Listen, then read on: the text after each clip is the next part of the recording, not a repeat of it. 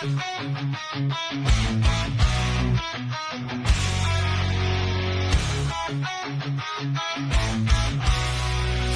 white thunderstorms, we ride on the back of our carcars in a fearless stride. Sons of Thor, hearts made of fire, conquering lands, fueling our desires.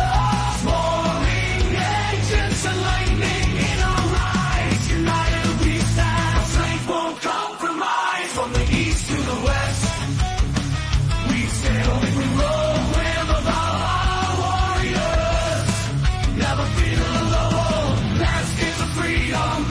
Beneath open skies, a promised land where our spirits arise. We battle the storms and tides of the sea. Now we've arrived in the land we're meant to be.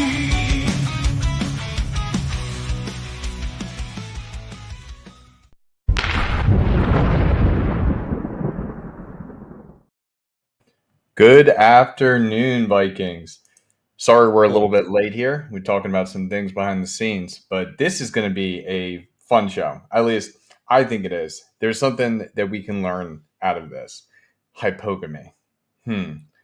Everybody hears about hypergamy, but what is hypogamy? Is that even a thing? And today we're going to be discussing that. So I'm joined by Tarl, Viking Paradigm. How are you doing, sir? Doing fantastic. Living the dream as always. I love to hear it. And Wraith, how are you doing, sir? Good. Sporting the summer beard. Love it. Wait, so what is this summer beard? I just, once a year, I'll cut it off, and it's usually like April. And then that's so funny. I did the same exact thing, as you may have been able to tell. I literally just trimmed mine down this week. Trying to let the skin recover underneath the beard. So good stuff. Well, you're looking good. So today's topic, hypogamy. And I know, Wraith, when I initially put this topic out, you were kind of pushing against it. But before we get into that, I want to define what hypogamy is in comparison to hypergamy. Well, let me say, I'm not pushing against hypogamy. Right? Okay. I think what a lot of people don't understand is that hypogamy, if you go by the strictly definition, of it, it's not a male phenomenon. It's a human phenomenon within intersexual dynamics. Okay. Mm-hmm. Way too many guys think everything's got an opposite: love, hate, and all that stuff, right? Hypergamy is a strictly female strategy for the most part. All right. In the sense that they're always driven to marry up. Hypogamy. We call it gold diggers now, right? Well, that's what we call it now in more slang terms, but that's what hypergamy is gold digging, and all women do it.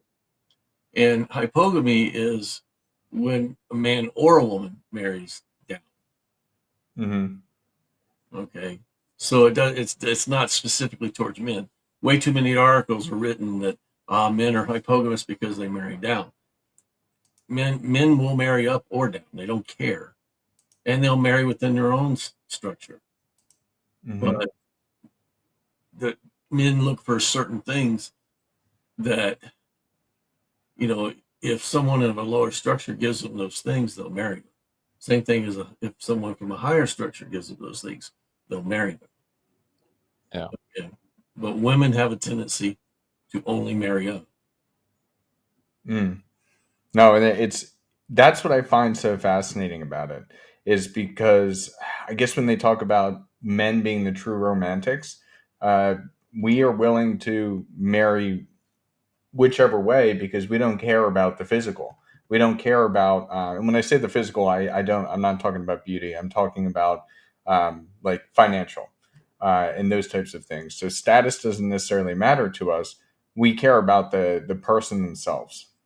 Right. Men have a tendency to develop their own status. Women tend to take on the status of the person they marry.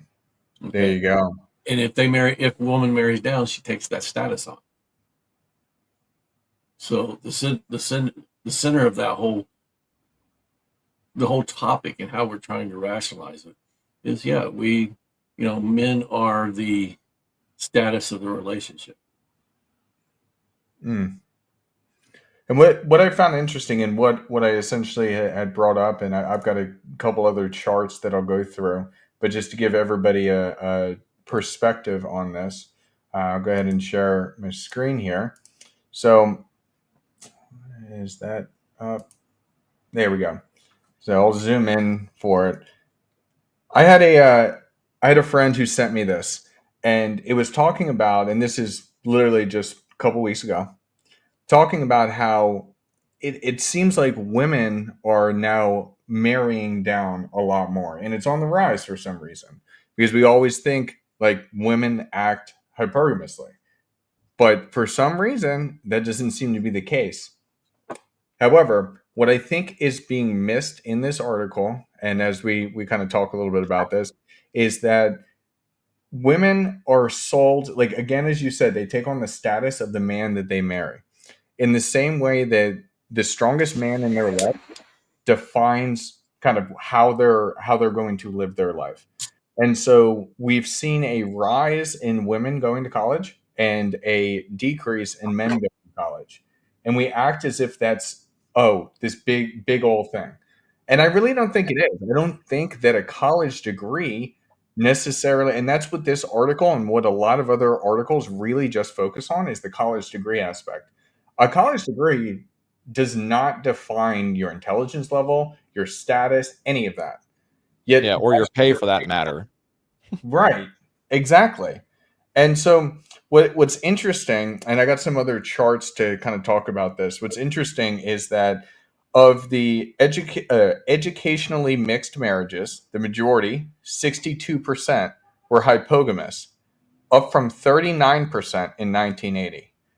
So that's a huge shift in what's going on here, where women are dating down, although I wouldn't say that they're actually dating down, but dating down as defined in this article, because less men are going to college. What I found super interesting about this whole thing as well, as we go down further, I'm not going to read the whole thing for you guys, but even with that, where is it? Uh, do, do, do, do, do.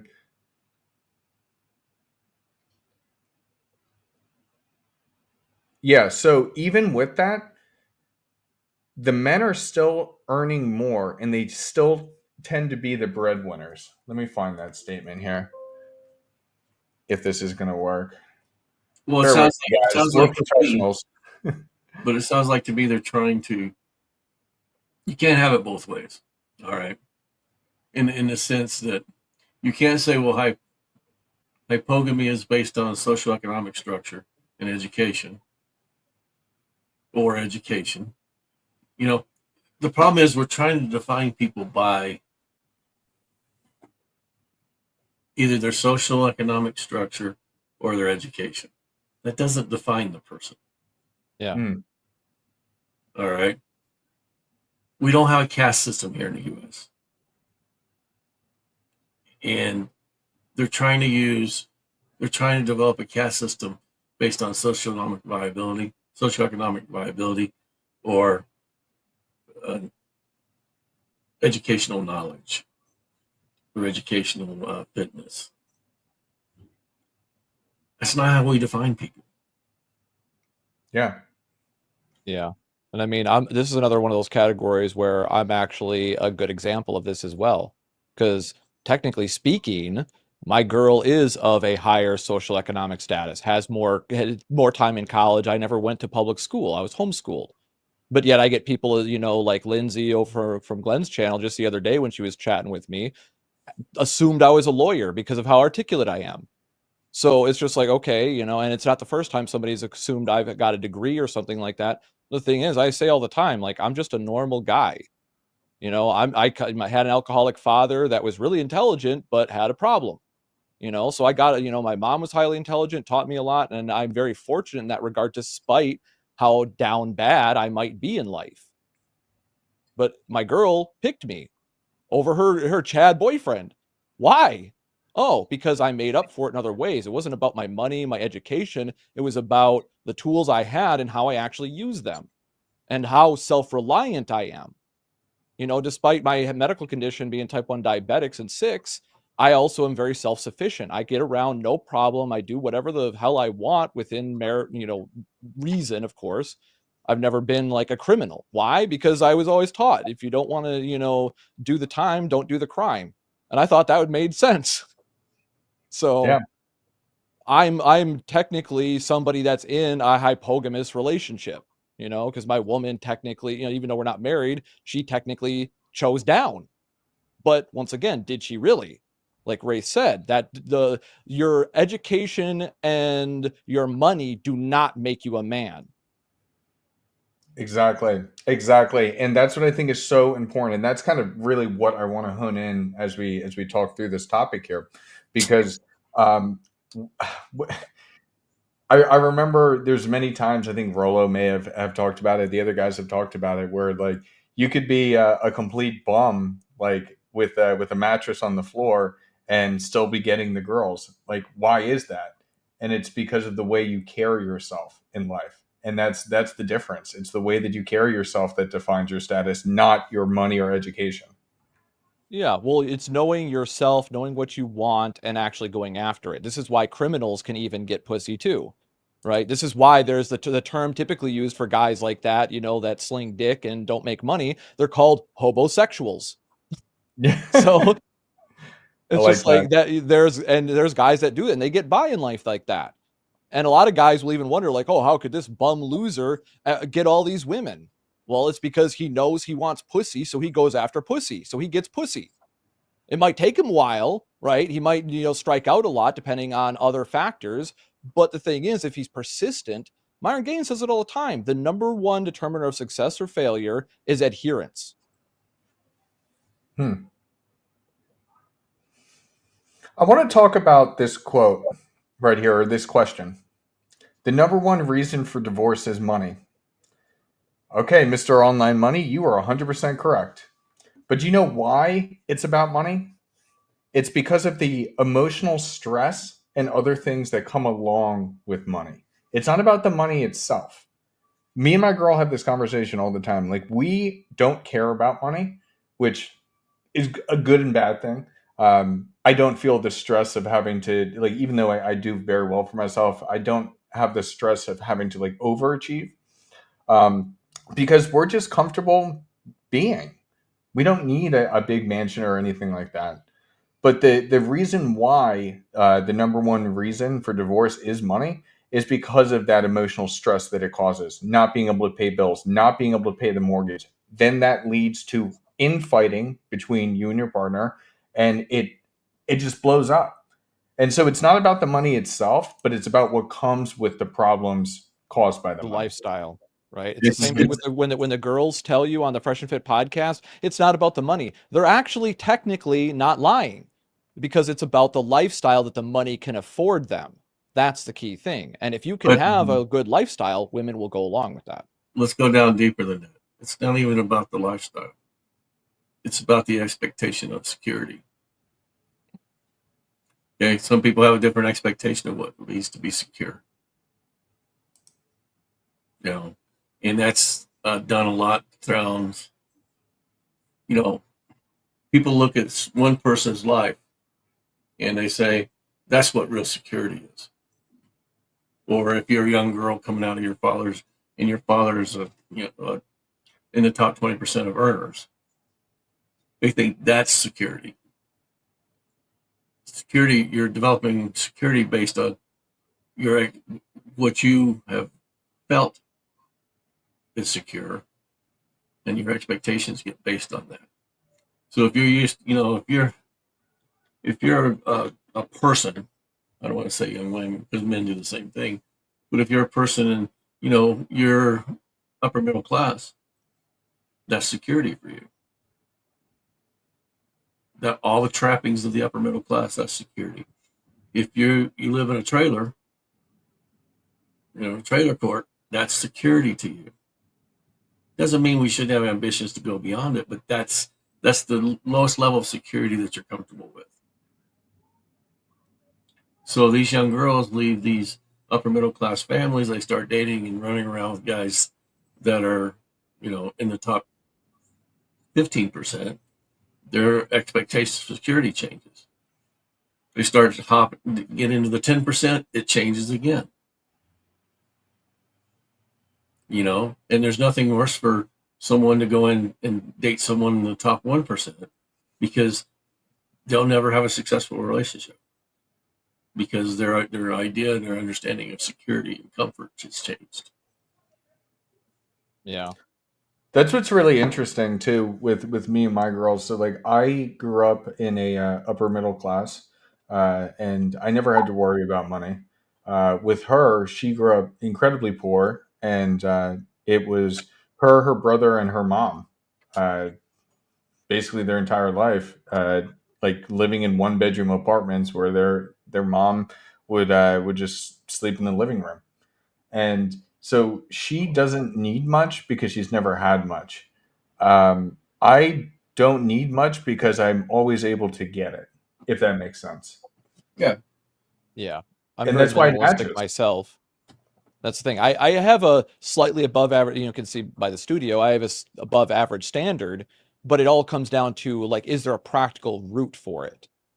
That's the key thing. It's the same thing with like, Ray said, let's go deeper. What's the real root of why the lifestyle matters? Because that's one component of lifestyle, and it like a lot of guys could relate to this. Like if you've been with a woman and her house is a pigsty and there's cat piss and shit and stuff like that and messes everywhere, and then you date a woman that has a very clean apartment herself and actually cleans up yours when she visits and is impressed that you actually take care of your shit, right? But will still help you, doesn't take that for granted, you're not going to want to go back. So it's kind of the same thing for a woman, where if she dates a bum living on a mattress, but then she meets a guy that can sling dick at a higher status, and she doesn't have to deal with the messy mattress on the floor, and it can actually sleep in a really good bed, she's not going to really want to go back. Like, human beings sometimes do have to go backwards, but even men won't go backwards in lifestyle if they can help it. The difference for men and women typically, though, is that men can rebuild, right? If we actually try, Mhm. put in some effort, whereas women can't always rebuild because they're not as driven as men are in terms of ambition and success, as well as just sheer mental strength and fortitude. That's the reason why men will win almost any competition, is because we are just more aggressive by nature. We're less emotional and more aggressive. We're emotional in that regard, but it's like focused rather than being more spread out, if that makes sense. Absolutely. And online money, I see asking some more questions like how do you compete with the top 15%, top 10%? How do you keep up with the Joneses? There's always someone who is better, stronger, smarter. Stop comparing yourself to somebody else. It's about the Yeah. best version of you that you can be. Because with the best version of you, I mean, you may never even reach that ceiling, but you become better each and every single day, and you end up you end up falling into some beautiful things. I was just sharing with my guys just yesterday how I find myself like in work, like now sitting and talking to directors and executives all the time. That's what all my meetings are nowadays. And how did I get there? Well, it's just trying to improve, getting better, improve. Like you prove yourself, you prove to yourself that you can do it, and you prove to others that you can do it. And that's what it's all about. So you just become the best version of yourself, and you continue to do that. And then before you know it, like it was weird to me. I always kind of thought of myself as like maybe in like if we're thinking of a scale of 0 to 100, that maybe I'm like a 70. But then all of that, I just like woke up one day and realized that I'm sitting at like the 80 or the 85 or the 90, and that's all just through that hard work. That's all it comes down to, and just growing and being better, and then you're gonna blow past where you think you ever were going to be. Yeah. If you look at it from that perspective where you're competing with the top, percentage of guys, you're going to have a bad time. Yeah, Because you're the thing playing a is, losing game. there's always going to be greater and lesser persons than yourself. The key thing is, what do those guys show you? When you see the grass is greener on the other side, are you jealous of it, or do you understand now what is possible? Right? And if you look at it where you're fighting somebody, you might not, you could just go up and talk to the guy and be like, hey, your grass is really green. How do you get it so green? Would you mind telling me? I'd like my grass to be greener. You know, so a lot of guys, if they go in with an adversarial mindset, they're going to set themselves up for failure because they're not asking the right questions from somebody who's obviously more successful than them.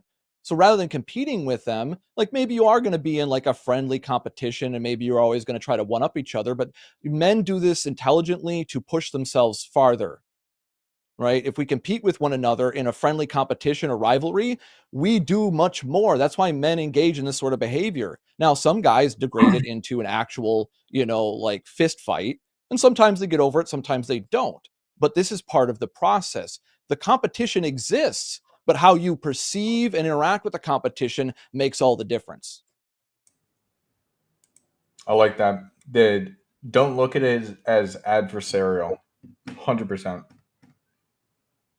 Well, I think that one of the biggest problems that, you know, with the question, how do you compete with the top 10, 15%, top 10%? And how do you keep up with the Joneses? You don't. You know, you start working from where you're at to improve your life every day. And if you turn it into a competition, even a non-adversarial competition, you create the thing where you're always working from a point of lack. Hold on just a second, guys. No problem. We got Tarl who has to run for a bathroom break. We got the dog with Wraith. We're professional podcasters here. But I love talking about this type of stuff because really that's what it comes down to is like stop comparing yourself because that also can lead to that defeatist mindset where how am I ever supposed to get to that level? I mean, if you look at some of the millionaires, billionaires that we have in this nation, and you're always trying to like, I can never get there, and so why even bother trying? That's not how you should be looking at You're it. always operating from lack. Mm-hmm. You know, it's a comparison. It's a comparison of lack. You know, and you can't live your life worrying about what you lack. If you do that, you're always looking backwards. You're never looking forward. I like that. You're always looking backwards, not looking forwards, when you really should just be looking forwards.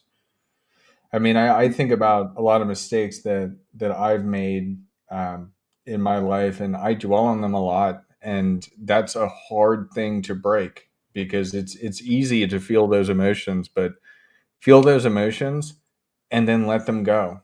I'm so much better. Like even with the mistakes that I've made, I'm so much better today than I was yesterday. So why don't I give myself the grace of what I've overcome instead of focusing on the the struggle itself? Well, most people focus on the past because they haven't learned the lesson that it was supposed to teach them. Yep. That's why I Okay. say, and other people say, no losses, only lessons. You know, I say all the time, it's only a loss if you fumble the L.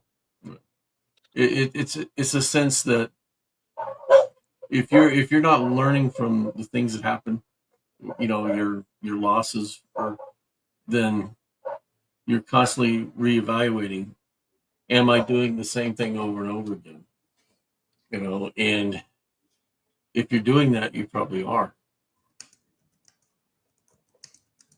You didn't Yeah. learn. You didn't learn whatever you were supposed to learn, whether it was, you know, how not to do things, compassion, empathy. All those things are being taught to you every day. And if you're not aware of that, and you're not learning what it's like to be empathetic towards someone, and people misunderstand empathy as I have to wallow in that pain with them. No, it's understanding the pain, and if you have the ability to help. If you don't help, but understand the pain. That way, you can look at the person in a different perspective. Yeah, and you also might be able to learn the lesson that they missed as well for yourself and avoid the same trials and tribulations they're dealing with and struggling with. You know, Yeah. and when you look at someone that's better off than you can learn from that too. You can model some of those behaviors or some of those actions that they took, so that you increase your wealth or increase your your communicative skills or those type of things. We're here to learn, and it's an ever learning process. Yeah. And And that's what. you've got to Go take ahead. it from the standpoint of being a student of life. Hmm. I like that. That's why my the subreddits that I follow are kind of all over the place, but I actually follow a lot of addiction ones. Just because understanding like addiction, personal finance, like a lot of different things that people struggle with in life. And I follow that specifically because I want to understand other things that people are dealing with. It helps you, it helps keep a clear mind as you're going through life, even if you're not necessarily like involved in certain situations. But it also too becomes a reminder, like a lot of people have it so much worse, and they've rose from ashes that are much more burnt than you may be. Yeah, I've had a lot of guys over the years come to me and be like, I wish I learned all this sooner. Man, if I knew this when I was 18, I'd be killing it right now. And I'm just like, true, but are you really appreciating what you've learned? Because I've had people ask me, do you regret like I didn't find the RP until I was like 34? 10 years of struggling in a relationship trying to do the right things, 50-50, baby. And it wasn't working because it put that stress that you guys were talking about before on the woman in the relationship, where she was having to worry about the money, even though money wasn't the issue. It was her not wanting to handle the money, wanting me to make it easy for her, to either tell her what to do or handle it myself. And Mm. that when I made that shift, that made all the difference in the relationship. So when guys ask me like, yo, if you could go back, would you? I'm like, no, because I would probably miss the lessons that I learned that I needed to learn to get where I'm at now, where I could even regret the things I did before. Any regret that I feel is an indicator that there was something to learn, and I learned those lessons as best as I could, and now I've moved on. And that's why I'm successful. When guys sit there and fantasize about their perfect red pill woman, they basically describe my girl. And I'm just like, everything except for body count, right? Yeah. But once again, this also shows that while the exceptions do not disprove the rule, the thing is, exceptions do exist under the right circumstances. But a lot of guys won't bother going to the root and understanding what causes those behaviors, which is the biology. Good point. Thor, you there, brother? Yeah, I am. Is that you guys hearing a dog in the background? Yeah, it's Yeah. not mine this time. Okay. So good. We can hear you, though. Okay. Sounds good. Welcome in. Thank you, man. The most masculine man on the fucking planet that I've ever seen. Red Pill Thor. Oh, I love it. Hey guys, how we doing today? Good. Doing Fantastic. good. Living the dream. Living the dream. That's right. Having a fun conversation here. It kind of evolved pretty quickly. Talking about hypogamy versus hypergamy. So essentially marrying down in status. And it just kind of shifted because it's something that I've been seeing in the media where they've been pushing it a lot. There was just that article from like 2 weeks ago of them talking about it's on the rise that women are dating down, and it's like that's not really what it's about. Like your college degree does not define you as a man. I know you being a power lineman, like you can go into trade instead and be incredibly successful. So just saying that it has to do with college degree or how much initial money or whatever you have, like, that has nothing to do with what makes relationships successful. And so that's what we were just kind of diving into is like how to really be the best that you can be. And I really like what Wraith said there. You need to remain a student of life always. Yeah, stand by. I'm gonna take care of the dog, but I have not really.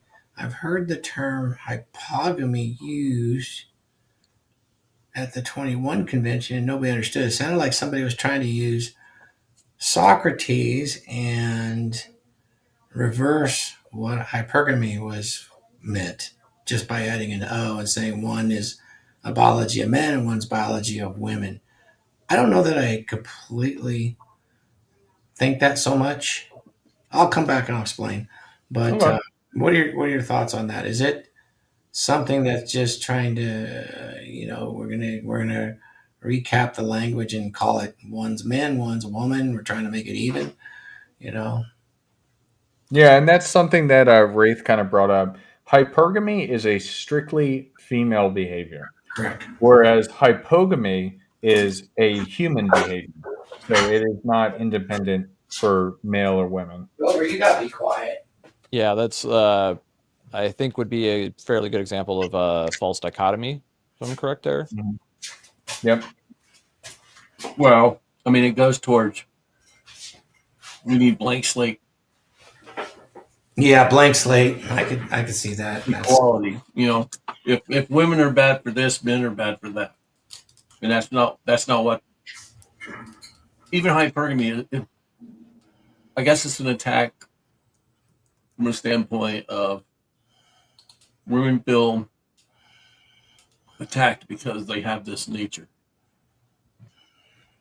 Therefore, men have to have an equally disastrous nature, or life's Yeah, not tit fair. for tat. Yeah, or Mhm. life's not fair. Well, here's the thing, guys. Life is not fair. You know, Ain't that the truth? and like I said, hypogamy is either sex marrying up or down. Yeah. So it comes back to what I say all the time. It's the Tower of Babel. People are using words, but not really understanding both the definition usage as well as the common vernacular and understanding how those two kind of intertwine. And sometimes, in certain circumstances, for clarity, need to be specified. Well, I mean, but you look at either sex. Either sex goes for the best possible partner. Okay. Yeah. Now, where hypergamy comes in, women tend to think the best possible partner is always up. You know, and now women are suffering. That's what that article is saying. Women are suffering because now they have to marry down. They have to play mommy before they're a mom, and it's just like, no, that's not really what it is. You know, and it's like I said, when you try to base all your arguments on social economics or value, relative value to what you think is relative to better or worse, you're gonna enact certain behaviors. Mm. You And know, I, go ahead. yeah, and I find it interesting. I don't understand why in society we try and bastardize men in any way that we can, because essentially with this article and some other ones that I've seen, it kind of is like men aren't pursuing degrees, they're lazy. Women have to marry down. Like the men of today are not the men of old, and it's like, why do we bash each other? You know what I mean? Like you look at like the left and the right in society right now, and in this country, like Well, let the me say same thing with men and women. about men and degrees. All right, why aren't men pursuing degrees? Well, really, the opportunity isn't there for 70% of them. If you look at the college, you look across college entrance and actual students in college. If you look at all of the um, affirmative action, and that's not. I'm not talking about the government's idea for affirmative action. I'm talking about the college's idea of affirmative action. It limits about men. It limits about college is limited to only about 30% of men.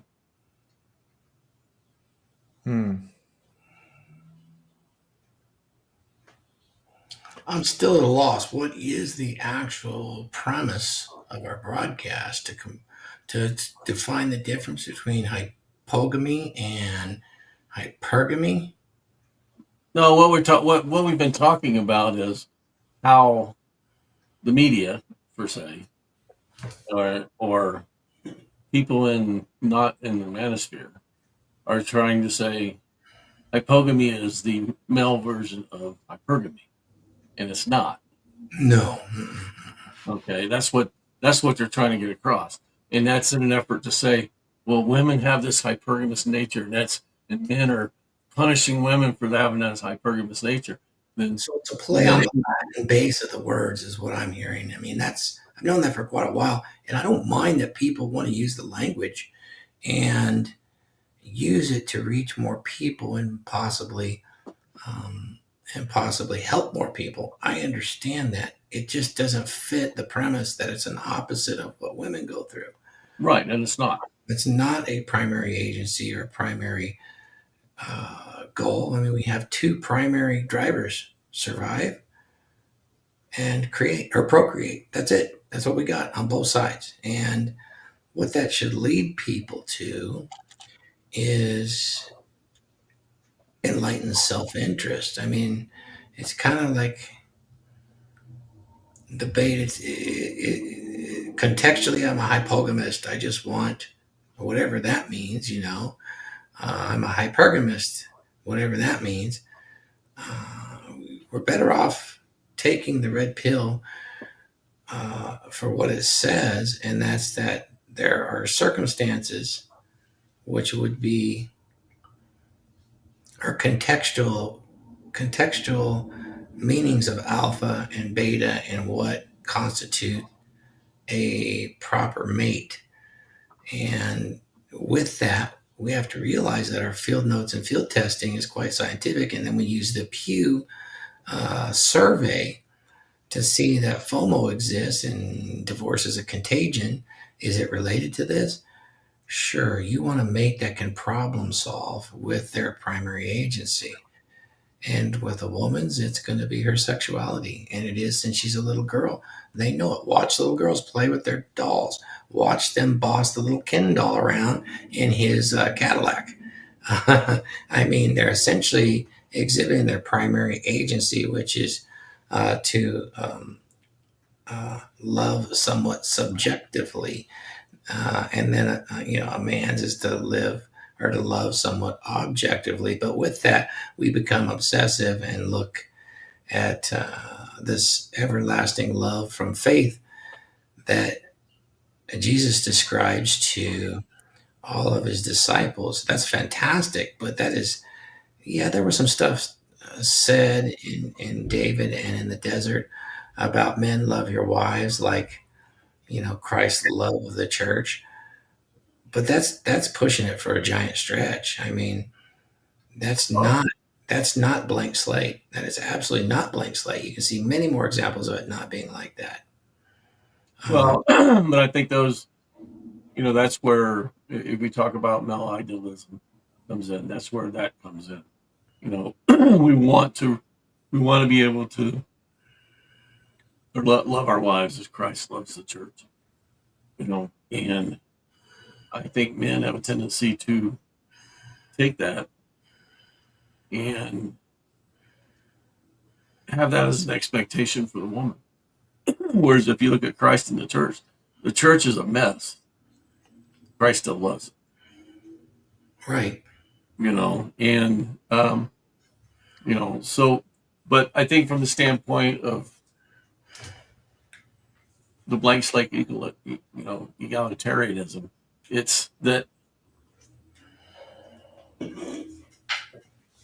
neither is bad or good. It's just is. All right. And that you're right. We're all searching for the best possible mate, the best possible outcome, the best possible life. Right. And, because of the red pill, I think at times women feel attacked because we've been able, it's from an intersectional dynamic, they've been able to classify why women do what they do.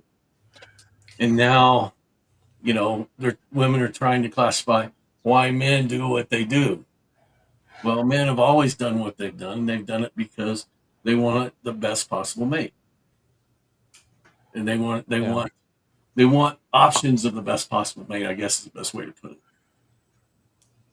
Yeah, it's like, why would you, going back to like, why would you want to date a high maintenance 9 or 10 when you can have a perfect woman who's a 6, who is, it just makes her life so much better. Like we're trying to mate with what makes our lives better, not what somebody looks like or their economic status, because we build.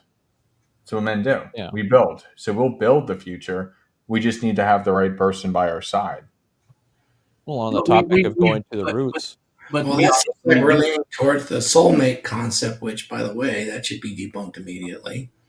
Yeah.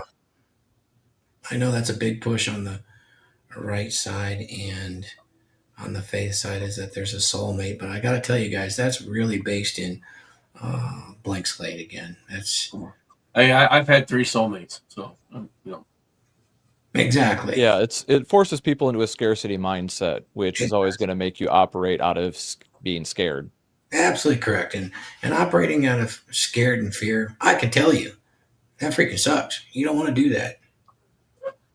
That's a tough way to do. And if you're going to relate to somebody, that's a tough thing to do for sure.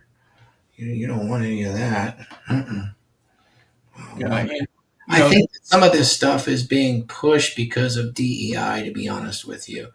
The difference between men and women, masculinity, and femininity. I was trying to pull up some of the definitions. I think you're seeing it more because of the collapse of DEI. Yeah. Mm-hmm. Yeah, going back to what HUD said in what you guys were talking about is that the human machine has not changed much. The tools available to us have, though.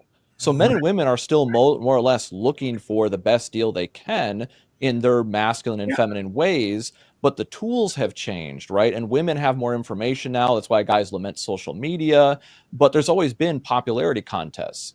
The letter writing that I've referenced before on the show. And more tools to be made public and socially visible. And, if you would have told me years ago that I could look at a little machine in my hand and that I could piss someone off incredibly just by telling them you're wrong and your nose is bent funny, it's hilarity is going to ensue.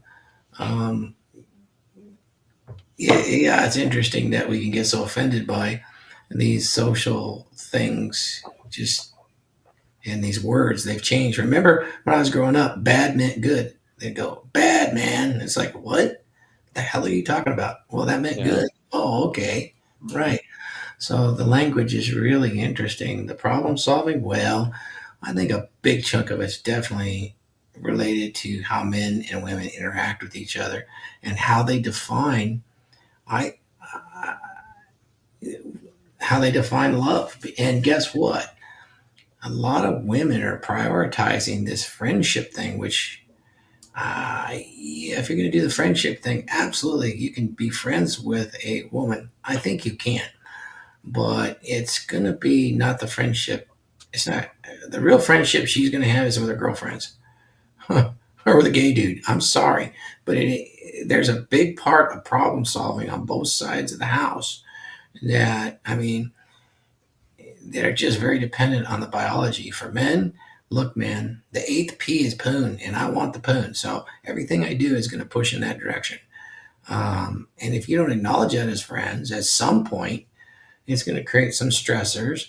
But part of being red pilled is knowing that, there's always sexual tension between a man and a woman. Always. Because of biology.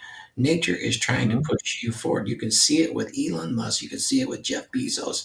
And by the way, when I was researching my book, this was a huge hot topic. How did I come up with a dominant masculine presence or the command presence to be the big animal in the room?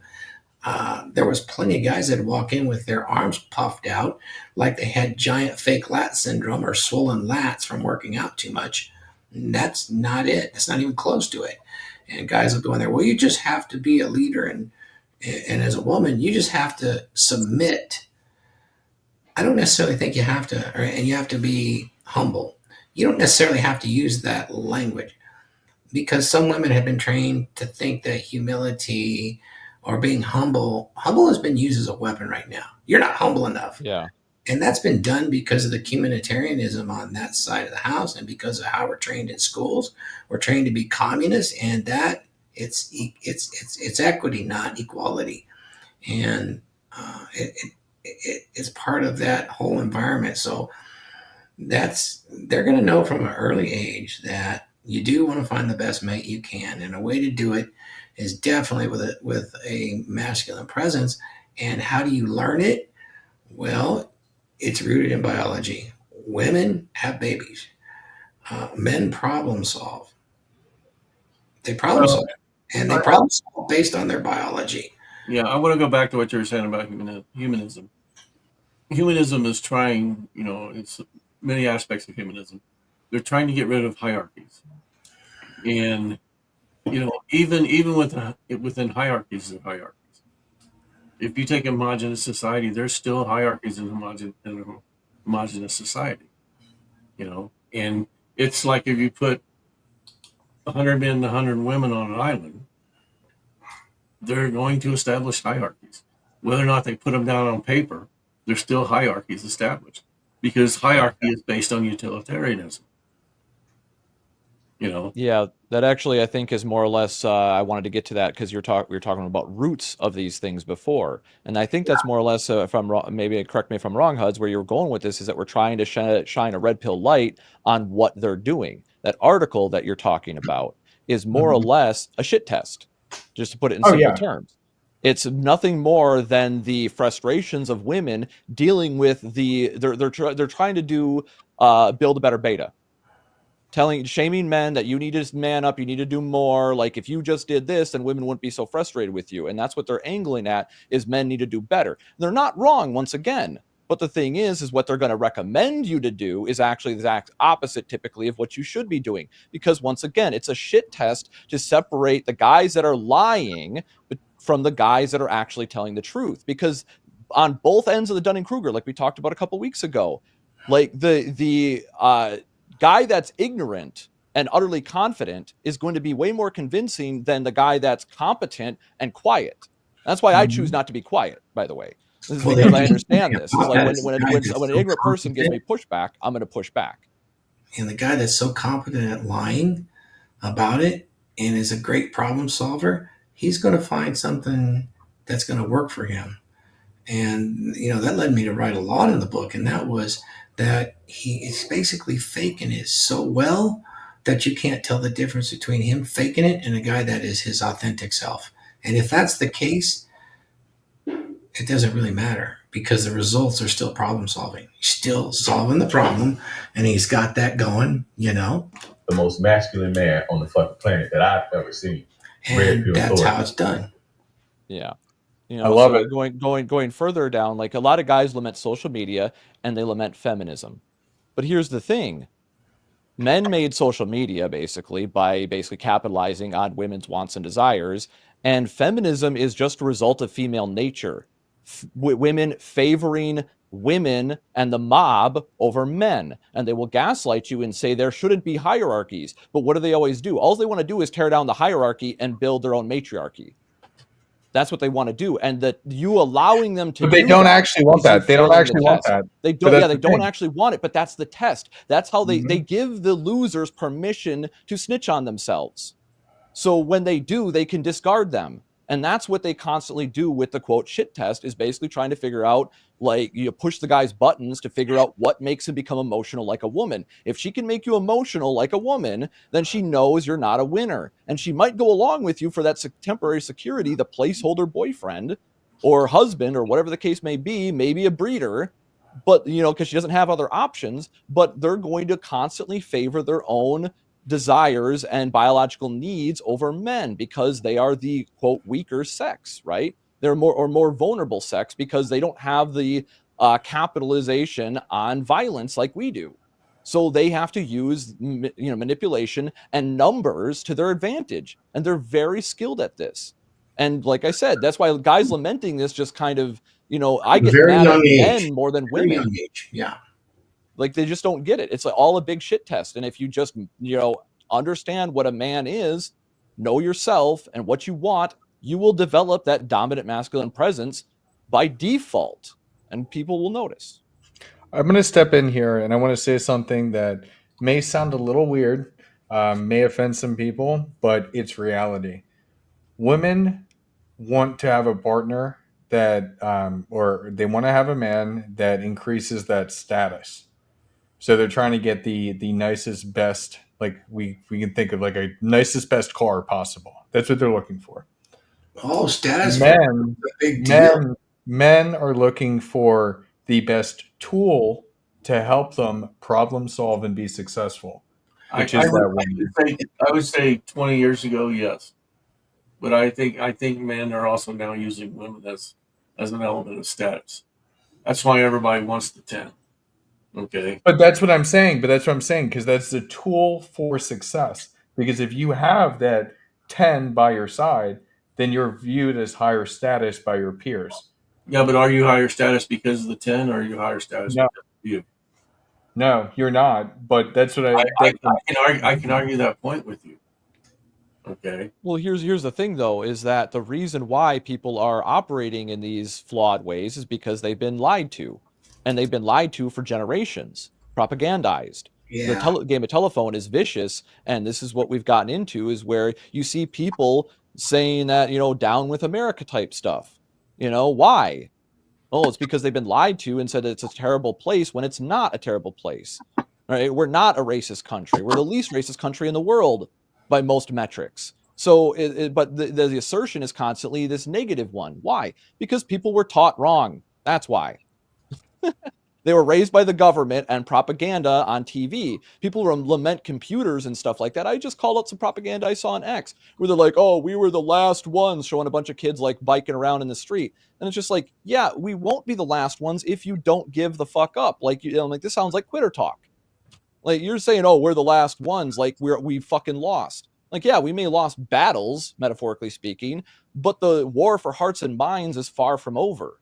And that's the key thing. Hearts and minds is basically being anchored in reality by the universal truths rather than your own personal truth. Because we all have our anecdotal experience, but what's the shared experience? And that's what a lot of these people that are communitarians and whatnot, these socialist communists, they want to obfuscate. Oh, no hierarchies, no hierarchies. But all they want to do is destroy the hierarchy so they can build their own. And they're not even going to build it. They're going to tell you how they want it built. They can use anger and hate and fear as a tool to get what you want. That's a big motivator.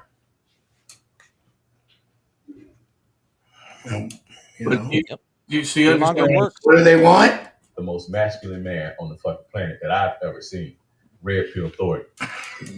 I love you see that. The fear mongering that they're doing, right? The political violence that people are claiming, mostly peaceful protests that have been going on for a while now.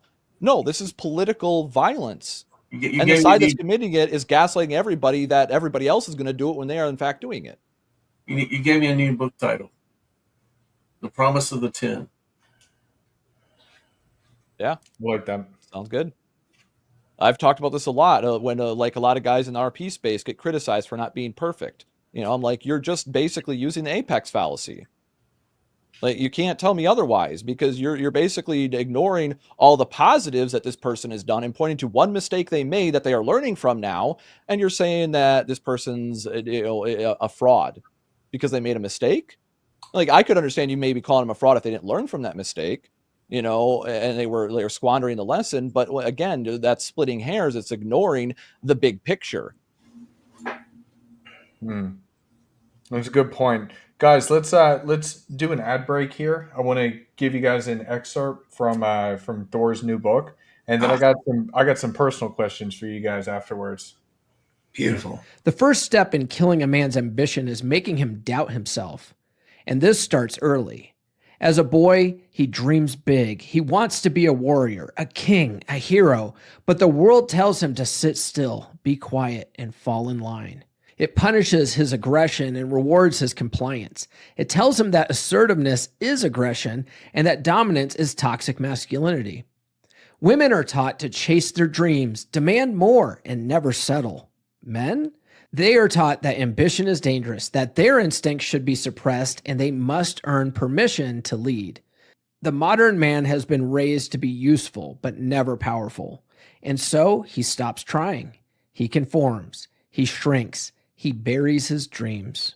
A once fearless boy turns into a man who second guesses himself at every turn. He goes from a warrior in training to a man who asks for permission before making decisions. He loses his natural aggression, his drive, his willingness to take risks. He stops seeing himself as the leader of his own life and instead becomes a passenger in it. But here's the truth. A woman will never be attracted to a man who asks for permission to exist, and no man will ever respect himself if he spends his life waiting to be chosen instead of seizing what he wants. Look at an average man today. What do you see? He slouches, he averts his eyes, he speaks hesitantly, as if afraid of offending someone. He constantly worries about what others think of him. His body is weak, his spirit is broken, his mind is controlled by fear.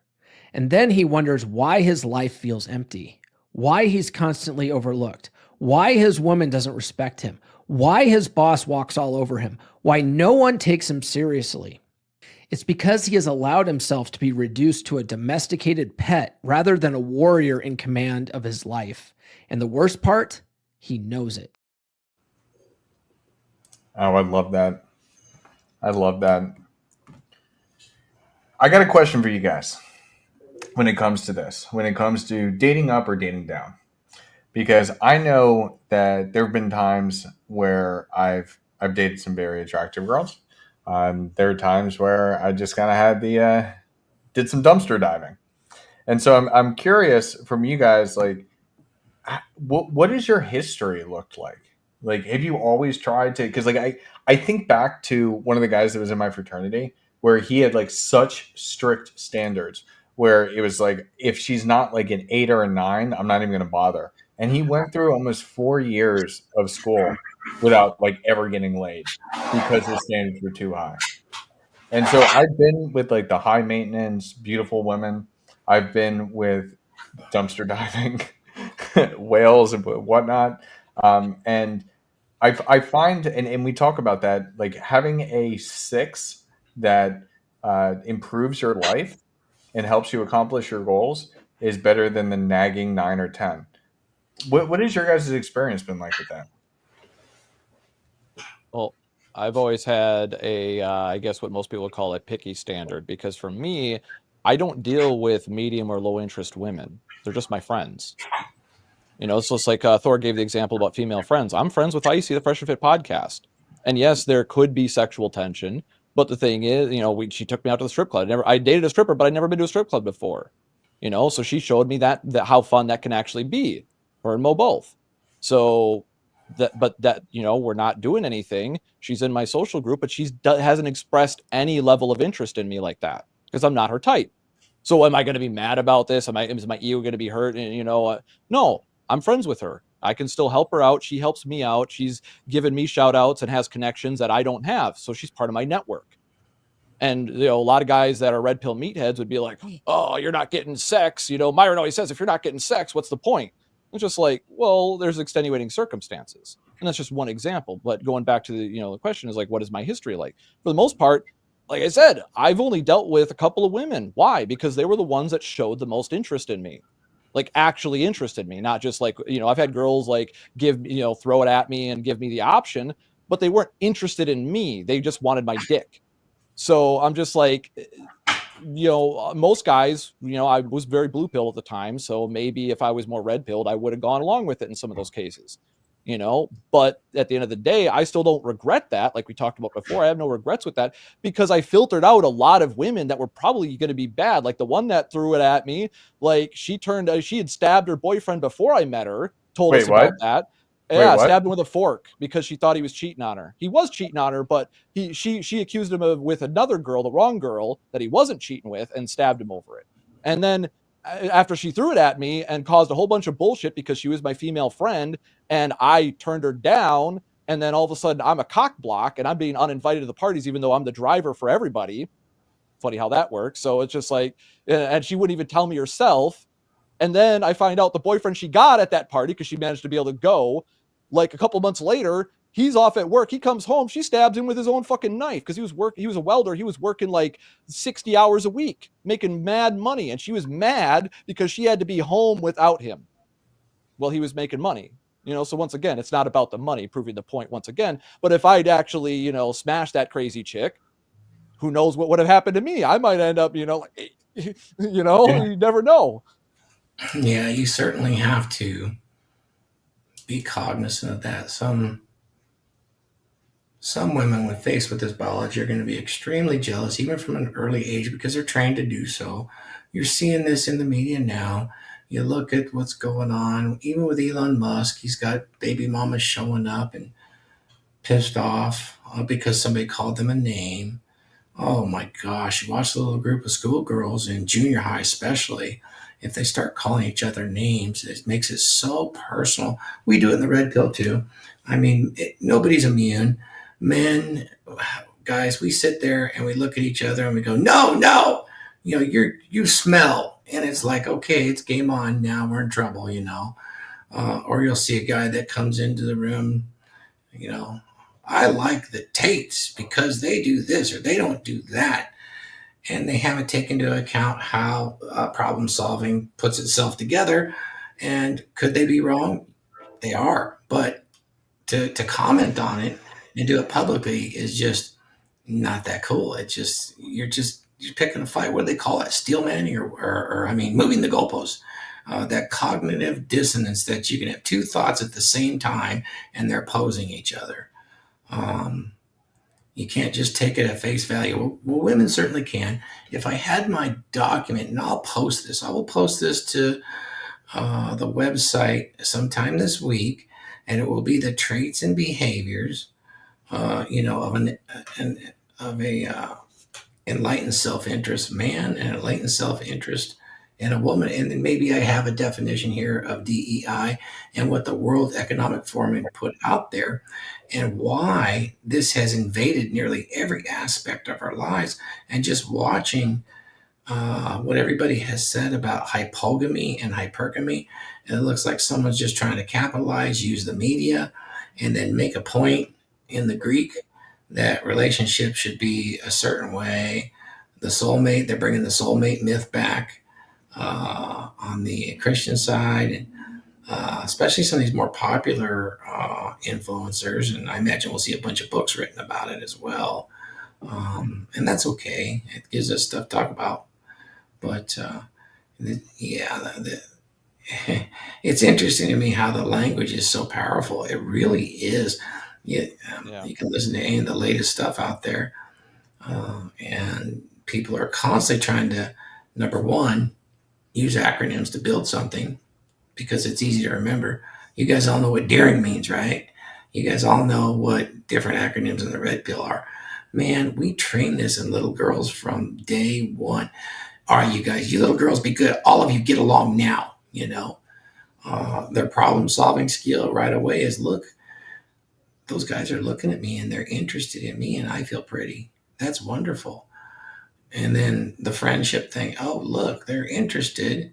I can use this to my advantage. I need money or I need status. Status is probably one of the most incredible objects that I can achieve to get my way. Be it money, be it the man I want. And for boys, it's that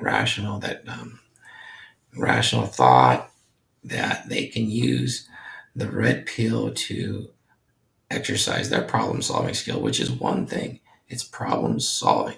And to solve the problem, I have to do what? Solve her problem. What's her problem?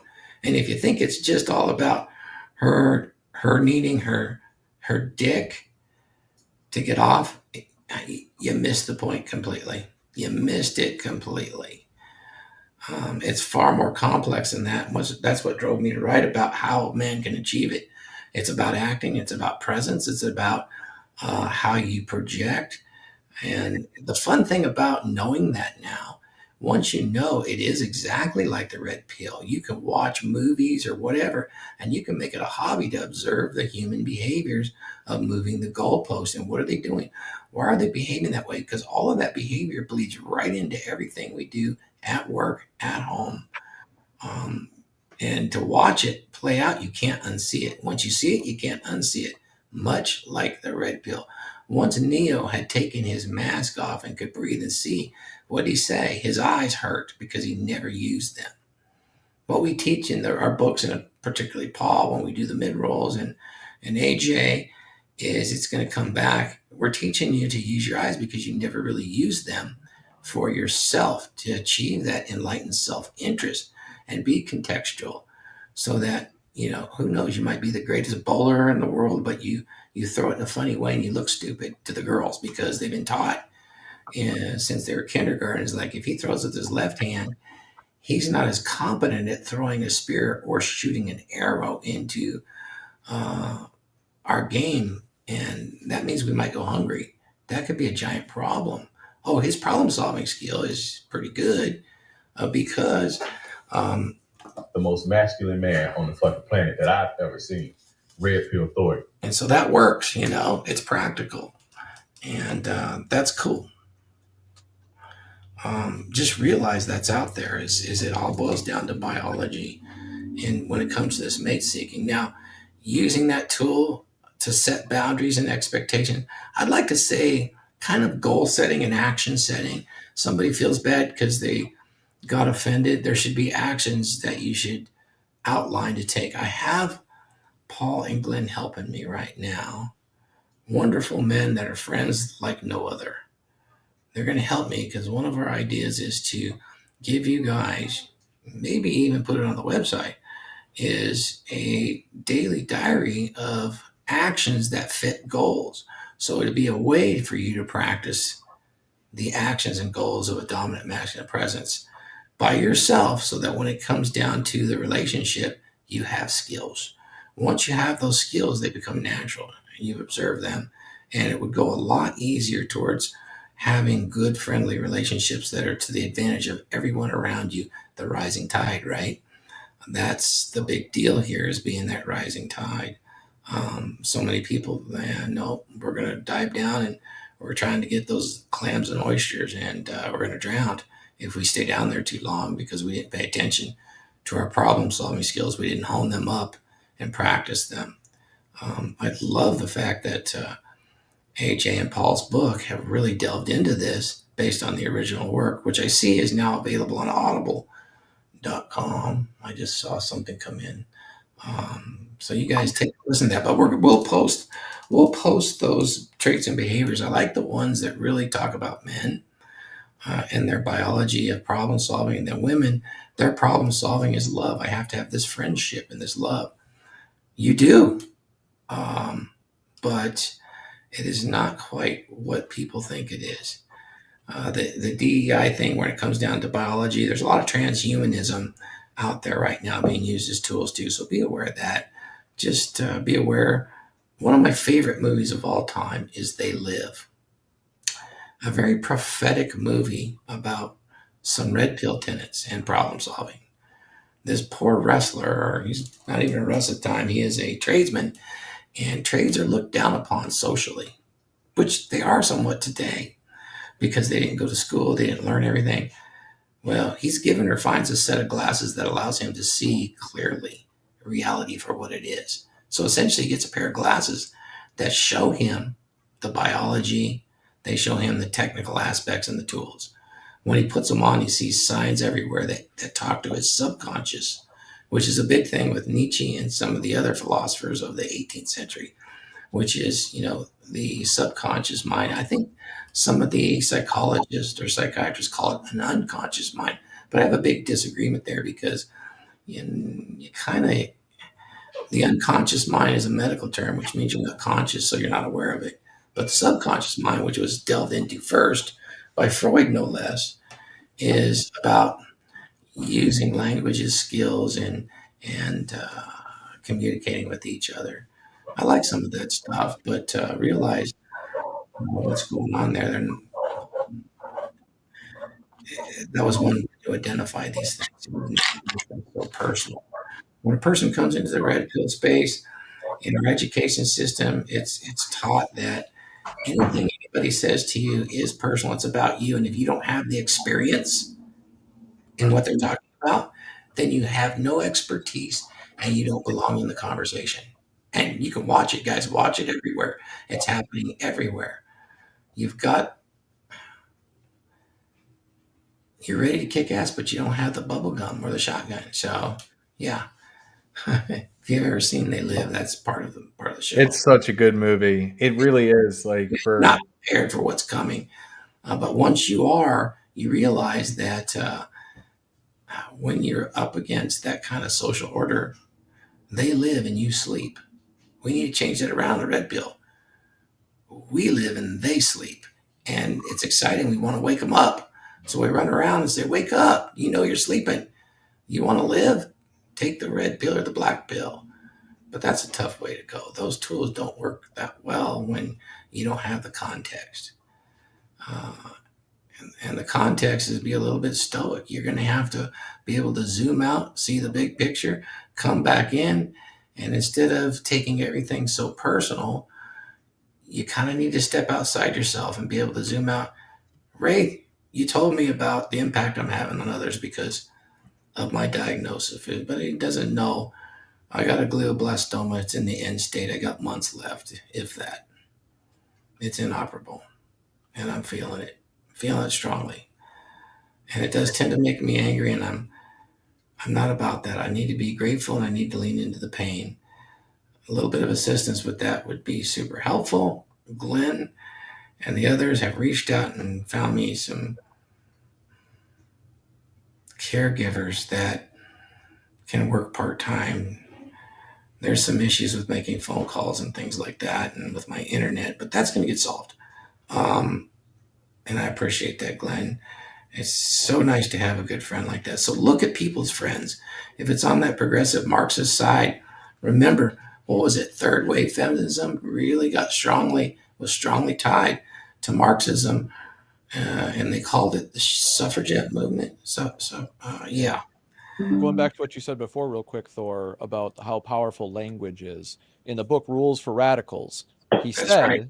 that, he who controls the language controls the masses. Mhm. Like in 1984, George Orwell warned us about this. When you can control the language, you can gaslight people into believing that 2 + 2 = 5. You have true power over their mind then. If you can it doesn't matter the means that you achieve that control. If people submit to it, what's the difference? Because the actions mean more than any of the words or any of the thoughts behind any of the, right? Mhm. So the actions are always going to create the reality. And that's the power of words, is that words can create reality through, I can instruct a group of people to fix something or to build something. I don't even have to do it. The power of my words and my imagination delivering those words allowed that to happen. But it was the actions that made it happen. It wasn't just the words, but that's the root, cause and effect. So that's very important for people to understand, is a lot of these, what I was hinted at before, these kind of Marxist ideas. Remember, Marx was the original OG trust fund baby. His daddy told him so, right? Told him that with all the advantages he had, he was surprised that he had, I got a copy of the letter, by the way. He was surprised that he had this outlook on life with all his natural talents and everything, how lazy he was. And that's the key thing, is because he believed a kind of an offshoot where all this socialist communist stuff comes from. It comes from an offshoot of Russian Orthodox Christianity that believes that every human being is a shard of God. This is why Marx talked about the end of history. They believe, this group of alleged Christians believe that for God to return, that all shards of God need to be extinguished and reunited. So they literally believe that, and they hint at this through the dialectic about the end of history. So it's basically a death cult. Marxism is basically a death cult meant to speed along human degradation to achieve the reunification of God.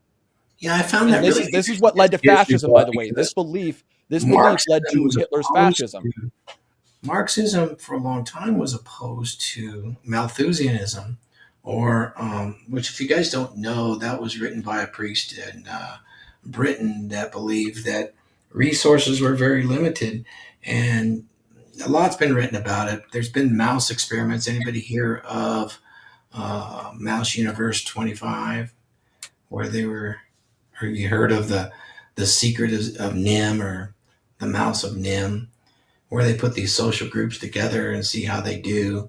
But there was a lot of strange things that occurred, but Marxism kind of emerged, really.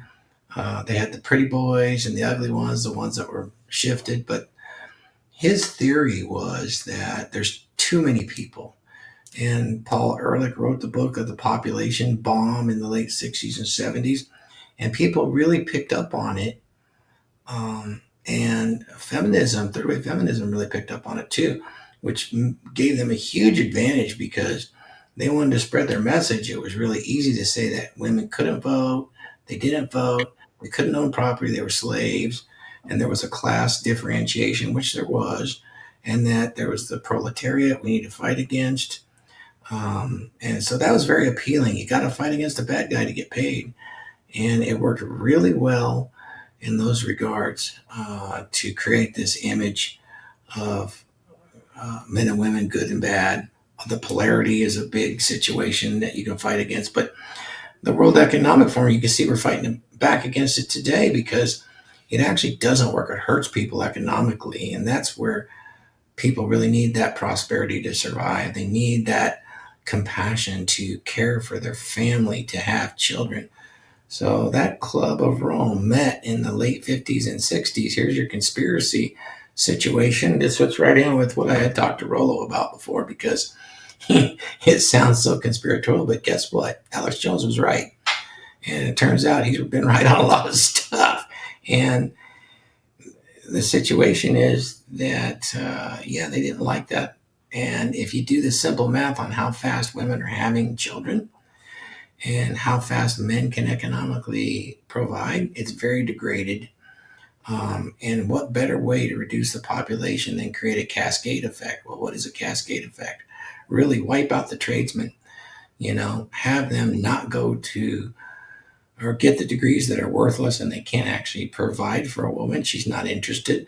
Hypergamy cannot be exercised because either she is a 304 with lots of hoe tools and she can do all of that, but having babies doesn't really work well for that. I mean, maybe sleeping around does, but having babies doesn't really work too well for that. Men aren't interested in that. They want their own. But that right there is going to open up opportunities for her. For him, not so much, but it's also going to create risk for the child. I have some information somewhere here. I just not going to take time to pull it up. But once a woman reaches a certain age, I believe it's late 20s, actually, the chances of the child having social problems and actual physical problems is well above 30%. It really only needs to be above 18% to reinforce itself and create that cascade. What that means is that everybody knows enough women that were, let's say, 40 or older that had a child successfully and they're happy. Well, that might be the case, but if you look at the law of probabilities and the fact that it's a bell-shaped curve for problem solving, that means the majority of them are in the exception. And exceptions don't make the rule. They just describe it and reinforce it, actually. So what happens with a cascade like that is that less children are born, a lot less. And since a woman's agency is having the babies, she can only have so many for so long. Whether she believes that you could have more or not is really irrelevant. And that can create that cascade with the people that are out there, that the population starts to collapse and starts to decline. That gives a huge amount of power to those that promoted it. Huge amounts of power and influence and even economic power. Anyway, that's one of the tools that can be used for men. us, our agencies, to solve the problem, we need to get out there and have more babies. We want to get out there and get the eighth or ninth P, which is boom, got to get it, man. We got to have the babies. And you can see that exercised as options quite frequently with men today, whether it's a serial monogamy situation, which has been embraced, by the way. Um, but yeah, Yeah, the concept you're talking about there, Thor, where women have been tricked into thinking they can do something that they can't, right? That's survivor bias, right. right? So they're favoring the babies that do survive, especially because most women, because of how traumatizing it is when they miscarry, especially at that age, they don't really go around telling other women about that. Their closest friends are typically going to tell, but I've known women that have gone through this, several of them, and they typically don't talk about it that openly.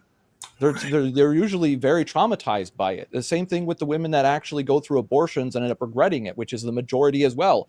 My mom used to counsel these women. They don't really talk about it openly. So what they're suffering from is another lie of feminism through that Marxist dialectic, more or less, convincing them of survivor bias. Oh, because this woman and that celebrity, they made it happen. They point to the outliers and not understanding, once again, the point that I drive home. The outliers don't disprove the rule, they actually prove it. But you got to understand the big picture to really know that. And most people want to believe. And that's why, as the Fresh and Fit podcast always talks about, why most guys get sex. Why? Because they, quote, sell the dream. What is that? That's a lie, an assumption that the person wants to believe. And so they just give them enough fuel to believe the lie because it sounds good on paper, but the reality is far different. And this is done in both relationships that are flawed and is also in societies that are flawed. No, that's true. I'm going to give everybody some vernacular, and I'm going to give you another acronym that you can start, since we're in the mode of making up words now. And I think this one's really, really true. You guys ready? Let's go for How it. many of you have heard of SAD? SAD. Oh, the standard American diet? That might fit in it, but this fits in with women and men as I was developing the books. SAD is actually spoiled adult disorder. And, certainly both sides have spoiled adult disorder today. If it's not going my way, I'm going to throw a tantrum. And you can see it nearly in every YouTube that goes on social media. If it's not going my way, then, I hit the highway or I'm going to throw a fit. Anyway, I thought I'd throw that out there. I like the acronym of SAD, spoiled adult disorder. There you go. Adult disorder. Yeah, I'll remember that. Because this goes back to one of the singular most important piece of advice I think Myron has ever given is become comfortable with being uncomfortable. Right. Because if your thing is where you're just striving for comfort, you're always going to take the easy path. And the easy path is usually not the right path, unfortunately. I wish it was that case. I wish that the easy thing was the right thing to do, but usually it's a little bit more effort, a little bit more struggle, a little bit more uncomfortable truth, aka the red pill.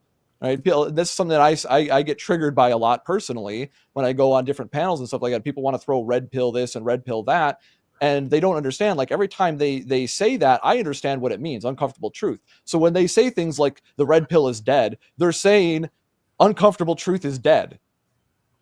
Like how, or the truth is dead. Like how does that make sense, right? They don't even understand the words they're saying. Going back to what we said before, this is the power of language and words, though. Right. And when you're making things up and you're not clarifying things and people just start throwing it around without understanding where it came from, this is how people, manipulative bad actors, will get people caught up.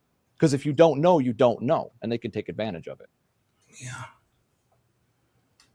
Yeah. So it is definitely very exciting to learn this information. And for some people, it's for the first time in their life, they heard an objective truth that was being put out there. And for some people, if they don't have the problem solving skill, they're going to take it in a different way. And it's actually going to feel hurtful. And when it feels hurtful, that's tough. Thank God we all stand on the shoulders of giants, man. A lot of this information gets taken from others, and I'm not going to say taken or plagiarized, but that's how we all do it. We all learn from those that have been successful before us, and there's nothing to be ashamed of. Not at all. Take in the information, put it into a format you can understand, Just don't run, don't run around and then, raise your hand and say, look at what all this stuff I made up. And I'm such a genius that I made all this stuff up. It's just going to embarrass yourself, and you don't need to do that. You can just show the actions that you're practicing to make that a reality, and that's really good enough for those that are in the know. And it will attract anybody that needs to come in that want to buy your stuff. So don't worry about it. Just take the actions, and that's what we demonstrate in a dominant masculine presence is how do I acquire those skills? And that's coming. I'm going to post the links on Become Durable. Wonderful Glenn and Paul are helping me do that, and we'll get that journal out there about goals, because really that would really help quite a bit. Hey, speaking of which, Mr. Glenn Lawrence, I don't know if you guys can see, I think he wants to be on the show. I was gonna say I had Call of Duty flashbacks for a second there. I thought somebody Yeah, I just was like, dropped a what's going tactical on? nuke. Tactical nuke incoming. It was hard to hear, but good man right there, helping me a lot fight through some tough issues right now. And sometimes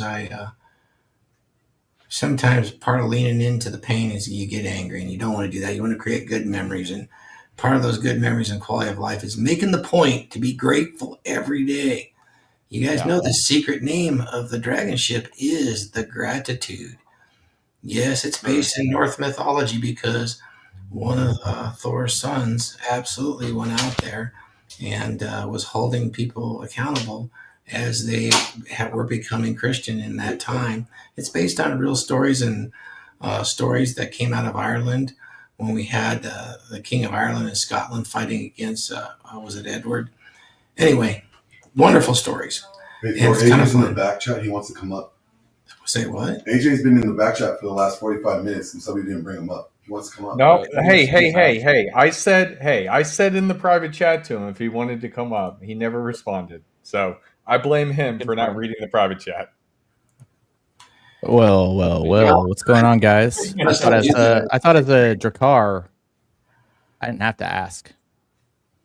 Whoa, what is this? Look at this. You still got to re-add your channel back. Like a lot of the guys, mine timed out, and a bunch of other guys timed out too. So we got to re-add the permissions. Just side note. Yeah, sorry about that, boss. I didn't realize you were waiting. You should have texted me. Oh, I was thinking, it's like, as a Drakkar, should I have to ask to come on to the show? No. I didn't know I had to add you. No, I might as well talk about it right now. Yeah, I wasn't sure if you. So I can update the website. Glenn's going to help me. AJ's helping me. Paul's helping me until the website got deleted because my dyslexia is stupid. And rather than use that as an excuse, I pushed the wrong button and I posted a thumbnail that showed a really dominant masculine presence. And she had some lingerie and some ropes on that showed nudity and expressed sexual education. Sexual education is not allowed on YouTube any longer. And I got deleted. My channel got completely deleted. And we appealed it, and we went to YouTube, explained the situation with my dyslexia, and they basically gave us the big middle finger. We don't really care. Even after calling, they don't really care. And it's like, well, okay, we did our best. And so I'm using my full real name, Thor Markinson, which is fine. It seems that everybody's fine with it. Even YouTube's okay with an unlisted, not for children posting. But I don't trust myself as far as posting is concerned. They wrote us back, gave us the middle finger, said, you're not getting your channel back. It's like, okay. But what that requires is that I need to Become Durable, and I need some help with formatting the YouTube content I have. I didn't lose it. It's just sitting here as MP4s and MP3s, and get that stuff reposted as my normal content back on BecomeDurable.com. On ThorMarkinson.com. That one would be just fine. That's going to take some time. Particularly, we tried to do it with an iPad, which seemed like a good idea. It is a good idea, so I can see it better. But for whatever reasons, it's become too difficult. We just got to get it working on one of the laptops. I got to be able to plug it in. It's got to do its own server thing. Anyway, long story short, the only way to really get these items right now is through my Gumroad account, which is redpthor@gmail.com, and or through The fundraising site, which is GoFundMe, same thing. You can access anything there, which is the Mastery of Oneself lecture series, which tells you from the beginning how this all started, which was with a lecture called How I Became Durable, how it all began. And essentially it describes how the Drakars were formed and how I had gotten electrocuted with 12,000 volts. And they put me in the place of training apprentices and mentoring young men. And it was so rewarding that it moved me forward into what I'm doing now. And that is one of the next steps for the Drakars out there is, what do I do next? Well, you practice. Number one, you practice your skills, and then you find a mentee that's interested in this so they don't make the same mistakes you did, what you're going to do no matter what when you're red pill. That's not a bad thing. But essentially, once I'm able to post this stuff, you'll have a lot of opportunity to explore, like, what is the opposite of a dominant masculine presence in a woman? Well, it's an elegant feminine innocence. Remember, the opposites attract. And what are those traits and behaviors? Well, I've posted the list of those before, and I'll post them again. But when you see them, you're going to go, Kevin Samuels times 10, because it's going to describe exactly what you can look for with traits and behaviors. It's pretty good. I will say it's been a real tough thing for me to put on paper, but I do have notes on it that wouldn't help everybody understand it. And I don't want to do what I did last time, which is make promises like I did with Donovan Sharp, who's been a close friend for a long time. And I'm going to have a book ready for you and you can do it, and then not do it for 2 years. Yeah, I don't want to do that. And then the research takes too long. So we're going to do it right and make sure that's all done. And with people like Paul, AJ, and Wraith pumping out some of this information, I love it. For me, it's all about having the friendships and people that are amazing in my life. It just lifts me up, and I hope to lift them up. That's more important than me running around and telling them all, using some Mandela effect on them and trying to gaslight them and tell them, I am your father. Luke, I am your father. No, that's not what he said, by the way. But, your father I am. You don't have to use my name, but your father I am. I don't need all of that. I'd rather be friends. Men and women, can they be friends? Well, you got to acknowledge how they love first and what their needs are. Once that's done, it's out of the way. Go for it. And just recognize that it's male, female. It's a different situation. And I will, HUDs. Yep. Just so that everybody knows, keep your eye on those websites, particularly Become Durable, because we're going to make an announcement, and I'll just tickle you guys with it now. The Drakars is changing. When I pass, it's going to be passed on to somebody.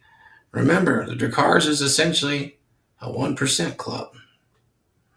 So we're going to be having some meetings on that, but that information is going to change, and the leadership is going to a meritocracy. It's not going to be you're in, you hosted some shows, you get patched. No. It's going to follow those rules. We're going to have a church meeting, and those that have cuts and patches, they get a vote. And we're going to get a vote what the leadership looks like and how problem resolving is done, particularly with what rules are we following and how are we going to establish new members. I'll tell you this. You want to be a Drakar and you want to host some of these shows, we're going to bring back the Trident, and the Trident's an adult-oriented show that does all of this behind the paywall at a larger degree than the DragonShip ever did. And I think people will want to see and hear that. I wish we could do it on GooseTube, but that's probably not going to happen. We've all gotten in trouble by that, so we'll just use another service, and we will get it behind a paywall enough that people can get the information and realize what the truth actually is. That should be really good. So keep your eye out. We'll make the announcement. I am essentially the president of that club right now, and we've had some vice presidents, and we're going to be meeting in church to reestablish that order. But when you have a chapter, we're encouraging folks to do actual real life meetups. And because the friendships that we've earned out of this space is far more important than us running around saying, look at me, I'm red pill, I'm red pill. Oh my God, I met the grandfather. I met the godfather. Hell, I met Luke Skywalker in the red pill. It's not really about name dropping. You guys ever been, you've been in meetings where people start name dropping to make themselves appear Oh man, that they yeah. have more status than they actually do because they didn't do the work. They do that at work all the time. In fact, if some of the leadership made an immediate right turn, you'd have a bunch of broken necks and spinal injuries, or you'd have to use some bleach to get the brown off of some of those noses. But anyhow, yep. Just realize that once you get yourself in here, it's exciting. The red pill is really exciting, but what this whole group's been able to do with a dominant masculine presence and how to actually learn. How do you actually learn those skills and what do they mean? I mean, I could do the skills, but if I don't know what they mean and how to put it all together, then it's pretty meaningless.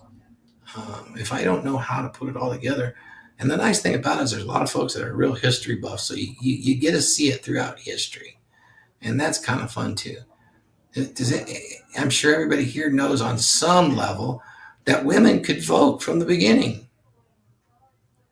Yeah. Absolutely. They had to own property. There had to Just be like that. men did. They had to have skin in the game. If they had skin in the game, or if they had done public service, or if they're in the military, they could own it just like a man and they could vote. It's a privilege, not a right. You need to understand that's how it works. Yeah, a lot of people forget that key detail, Thor, is that even before men could vote, right, it used to only be people that were property owners, men or women. There was no sexism or anything like that. It was just some who could and some who couldn't. Men weren't allowed to vote. When regular everyday men were allowed to vote, what did they have to sign up for? The draft.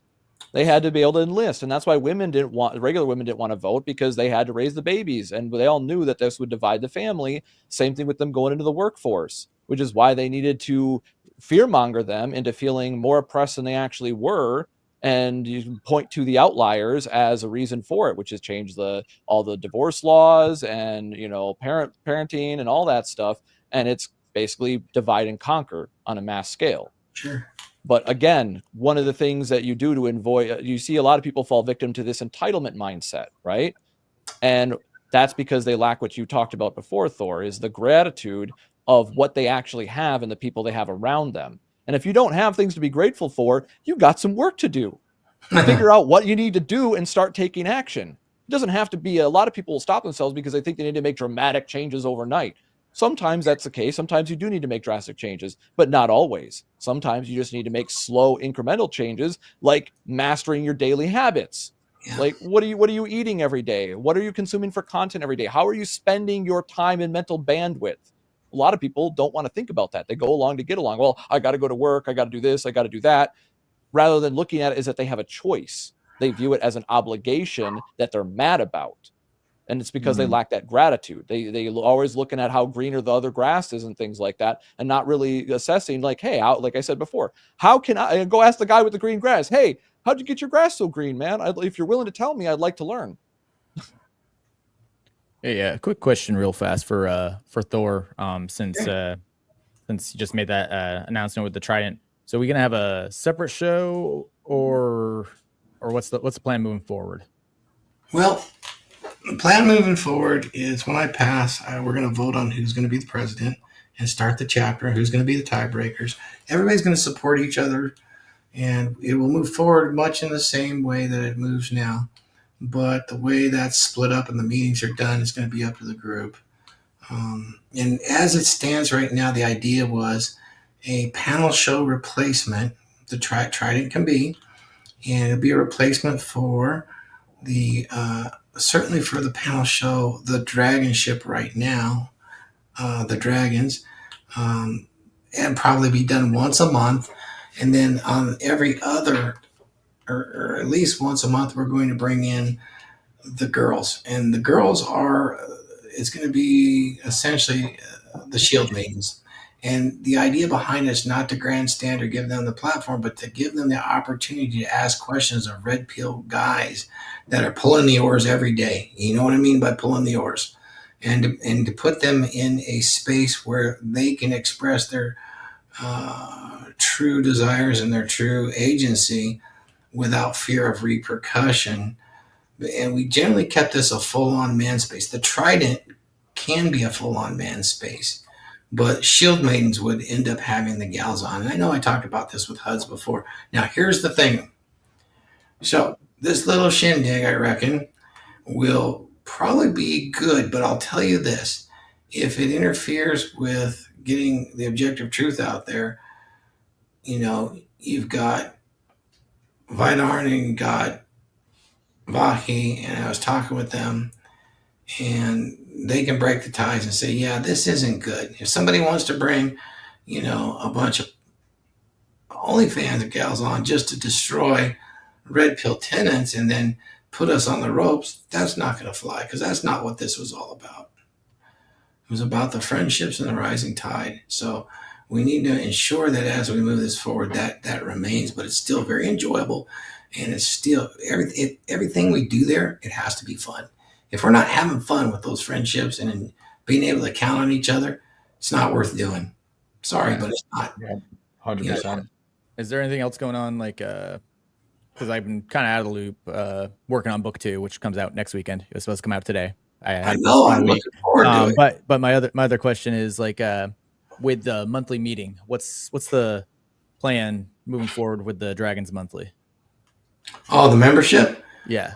It still can be accessed and joined up via becomedurable.com.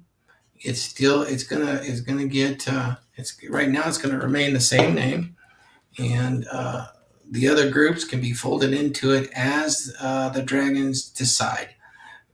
But it will still, it's basically going to remain the same, but there's going to be different offshoots and things like that. It's just not going to, if I had my choice, I would do it forever, because I love all these guys and I like talking to them and coaching them, but I have to take a back seat and get some quality life, and I have to prepare to launch or get this launched without me being here. That's the reality. And so moving forward, it's going to be my Sons of Thor. In fact, the show might even be called Sons of Thor Division. I have patches that say SOT, and I like the commentary around that and the fact that it was based on some Shakespeare work. But anyway, Sons of Thor will be probably the replacement YouTube for this.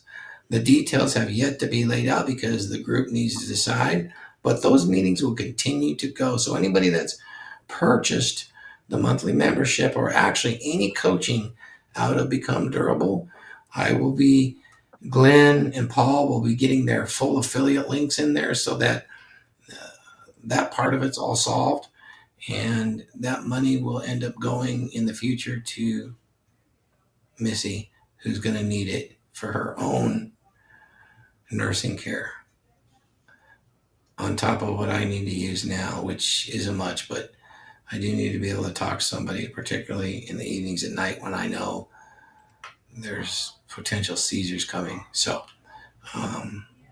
that's going to be that way for a little while, but I don't see it changing in what we do when we're there. But as far as the format, it's going to make sure that there is a process that we can do, and it's all merit based, and that everybody can lean on each other, because that was what was great about the Dragons and everybody that bought counseling and some of the sessions, is that our philosophy was a rising tide lifts all ships, and we are that rising tide, and the name of that ship is the gratitude.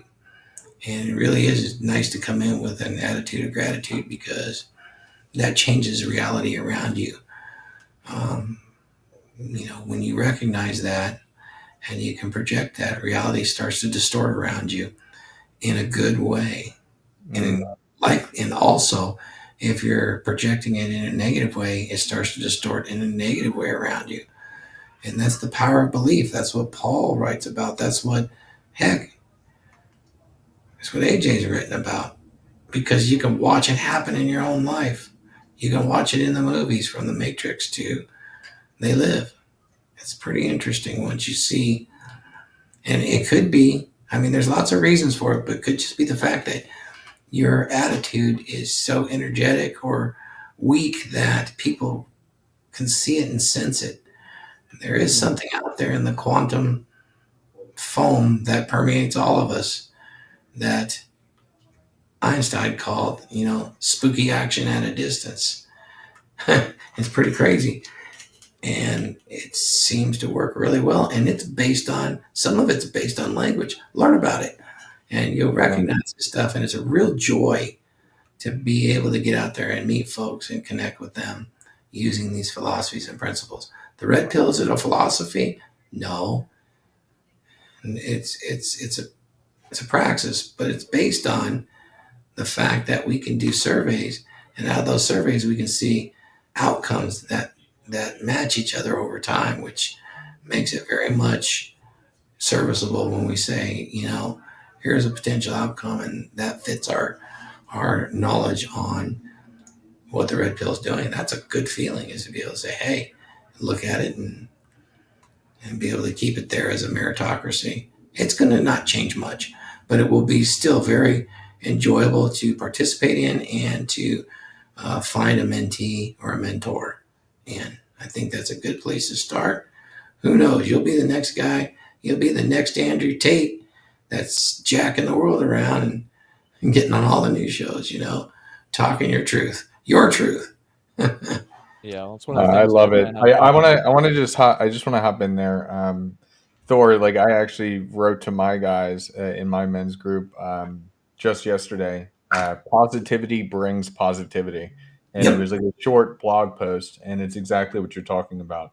I, especially with my move and a lot of things that are going on in my life, it hasn't been the easiest, and throughout the entire thing, maintaining that positive mindset, even if I feel defeated inside, still brings positivity to my life from others and just from my situation. And Yeah, when it's easy, it doesn't have value. Remember that. was that? Yeah. When it's easy, it doesn't have value. When you have to Right. sacrifice, it has value and meaning. Yeah. You Mhm. reap what you sow in all aspects of life. Yeah. And going back to one of the things that Thor was talking about how a lot of people try to say that the red pill is an ideology or religion. No, it's a praxeology, and a praxeology is a branch of philosophy. So it's actually a philosophy that's evidentiary based. So it's a philosophy based on actual evidence. Yeah, the That's what it hypothesis is. being tested. Yes. Yeah. So it's basically a scientifically based philosophy. So when people try to say it's an ideology and that it's this, that, and the other thing, they're wrong. And people misrepresent that all the time. And like Rolo just made a tweet about this, and I agreed with him. Because I see that proven Sure. more and more every day. He said that anybody that tries to tell you that it's anything but what it is, they're selling you something. Yeah. They've got a motivation that they're not disclosing possibly. Oh, and you need to take that as once again, what are they doing? We just talked about the power of language. And when you manipulate the meanings of words, you're being manipulative. You're changing the meaning. So by changing the red pill praxeology, which is philosophy, into an ideology, they can now other you and demonize you. And if they were right, they would be correct. But the thing is, they're not. They're just repeating the lie until it becomes fact, which is what socialists do over and over again. They've literally talked about it. Viking, you brought up a very good point there, Tarl, and that's like going back to today's show topic, this hypogamy. It's fucking bullshit. It's just literally, to quote Rolo, it's the assholes in the ivory tower of the Evo psych world trying to come up with a word to do the blank slate equalism, comparativism. What about menism? Bullshit. Yeah. It's women whinging about the deficiencies in the betas they've built. Yeah, and like I see it all the time living in a major metropolitan area. I see a lot of nurses who have their education, date a lot of firemen who don't have that quote unquote education, and the nurses make more than the firemen. But because of the dual mating strategy of women, the alpha fucks, beta bucks, that fireman gives her the alpha fucks. It gives her the Gina tingles. Use my list that I gave you guys the screen with. That'll help you. So yeah, like in my eyes, hypogamy is just bullshit. It's a bullshit fucking word. It doesn't mean shit. Yeah, and that's kind of where we started earlier, and Wraith hit the nail on the head right from the beginning. It's just describing a behavior, but it's not like the male equivalent. It affects all people. So yeah, Yeah, it's just Interest bullshit. what you need. they're trying to make the descriptor word a pathology is what they're trying to do, a bad thing. Mm-hmm. Yeah, and I am okay with a dominant masculine presence, you guys. It can be a movement or based on a philosophy, which is to be the big animal when you enter the rooms without being obvious about it. And it's for you. It's the contextual stuff that I found that's important. When sometimes you need to be the gray man with some subconscious um, bias, and that bias, but just realize that it's rooted in a hypothesis that's been tested, and you get a thick skin out of it, essentially. And having a thick skin is good because you can use that, and a movement can use that based on this information. I'm okay with it. A dominant masculine presence, interesting. I saw that Orion Terrabrand used the vernacular of it, and so did Tucker Carlson. I was shocked, and of course Jocko is all about that leadership, particularly when it comes to somebody in my circumstance. Good. There's a good reason for this. Lift it to God and let Him make the decisions on what you should do. Listen to that and then take the actions. Practice these. They're outlined in all the books, and it gives you a chance, men or women. Just realize that if you're a woman and you need that information, you need to know how to recognize those behaviors in yourself and offer them to men and with no uncertain terms, and journal about it so that, there's not a man here that wouldn't recognize a woman doing her part. Yeah, ain't that the truth? Yeah. Well, guys, we've been going for a while. I think we might as well do kind of a round table, wrap up, see what's going on with everybody. If you got any final thoughts on the show, so Wraith, I'm going to go ahead and start with you. Not a lot, guys. I'm fixing to retire from one career and go to another one. So that's kind of where I spend a lot of time. I do have a new book out. Hey, let's shill the books because we are here to sell something, guys. You want to call us a grifter? Do it. Grift harder. Yeah. Oh, Well, I sent in the chat. I sent AJ's pre-order. If you guys want to go ahead and do that, Use the links. Go check us out on Gumroad or the fundraiser. In fact, that's a big deal. The fundraiser helps more than one person. It helps a lot of people, particularly a man that stepped up as a son, my adopted son, and the Sons of Thor division. That like nobody but family usually does. And I have family that is unable, they're out of state. And it's pretty amazing. And I thank all of them. I thank my first wife. I thank my second wife. They've really stepped up. It's amazing. They're becoming close friends again. And they've always been on good terms because this philosophy has been tested, and you treat people in a way you want to be treated, and it's biblically based. And you use the great man approach when you need to, and don't be angry at any of them. Create the memories that would last you. All of you can get in a car and be a spinal cord injury victim tomorrow. You can be dead. Make the effort to understand how people love, how Christ loves you. All that stuff is coming up on Become Durable.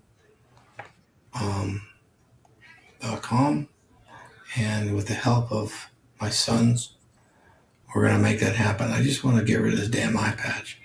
Yeah, it looks cool, but I want to be able to see again. And if I can get some rest, that's really useful. And I have the medication I'm on will definitely make you rest. And that's probably what I'm going to bounce out on today before the other meetings and come back on, is that I need to medicate to get a little rest so that I'm a little sharper and I'm not repeating myself on any of these shows. I want to make it very pleasant for those that are watching. If they're watching it for entertainment reasons, by God, do that. But at least consider that we are grifting for our books and for Melissa's GoFundMe. And all of them have been invited. I mean, I went to that CME. I sat with Rollo. We look like the new Jay and Silent Bob. Maybe I can get that picture posted on the website. It's a beautiful thing. Thanks, Rollo. Those were really fun times. Him and some of the other folks that were there too. We definitely had some good times at our cigar lounge and the gym. And those are memories that'll last a lifetime. The quality's great. And to think that it came out of just wanting to be friends with some of the guys I was talking to is way more important than running around telling everybody I want to be known. Although I do all of this for legacy and for the testimony in the future, but because it's important that legacy is pushed forward. But the things that come in front are a little different than most people would realize. And I'll let Glenn talk about that later. And when I speak with Gia, we'll talk about that as well, quality of life. So thank you, everybody that I've met over the years. I appreciate that. And thanks, Tucker, for mentioning masculine presence and understanding polarity. And Dan Bongino, who used the exact terms as well. That was pretty darn good. You know, he's been pushed around too as being an immigrant and all of that sort of stuff. Those guys have all been attacked, like some of you have that are out there right now. And that's not a good thing. You know, that's just silly little kindergarten stuff. Don't worry about that. That's not the important thing. That's all I got. Good stuff. Well, thank you so much, Thor, for hopping in here and hanging in there. And just so you guys know, The most masculine man on the fucking planet that I've ever seen. Red pill Thor. Oh, I love it. Well, guys, I threw the link for the fundraiser in the chat. So if you haven't donated or you can afford a little bit more, every little bit helps. So please consider doing that. and the best way to do it is get a hold of Glenn. The Cash App is much better than using the Gumroad or the website, because it's just a matter of how much those services skim off the top. It's either going to be 50% or 30%, or if you Cash App, it's much less. It's direct. So those things buy a lot towards the people that have really stepped up and wanted to contribute. I appreciate that. Awesome. Good stuff. AJ, let's hop to you. Let's tell us about this book. Oh, this book right here, definitely not for anyone under 18. There is some stuff in there that I discussed that probably shouldn't be discussed. Let's put it that way. But it's my my journey through life. I have it broken up into introduction, conclusion, at the beginning and the end, but 4 sections. It's your Batman story. It's your my Batman story. Yeah. You're Section getting 1, that third-party observer that you can use for problem solving, which is very effective.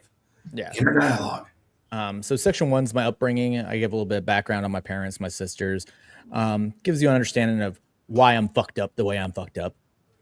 You sound like me now. Section 2 is about the jobs that I've taken as an adult, and before I joined the Navy. My last job when I was growing up, working on a dairy farm. There's some fucked up stories there. And then section 3 is the sagas, the 3 LTRs, the mistakes I made, the red flags that I neglected to look out for, did not even know to look out for.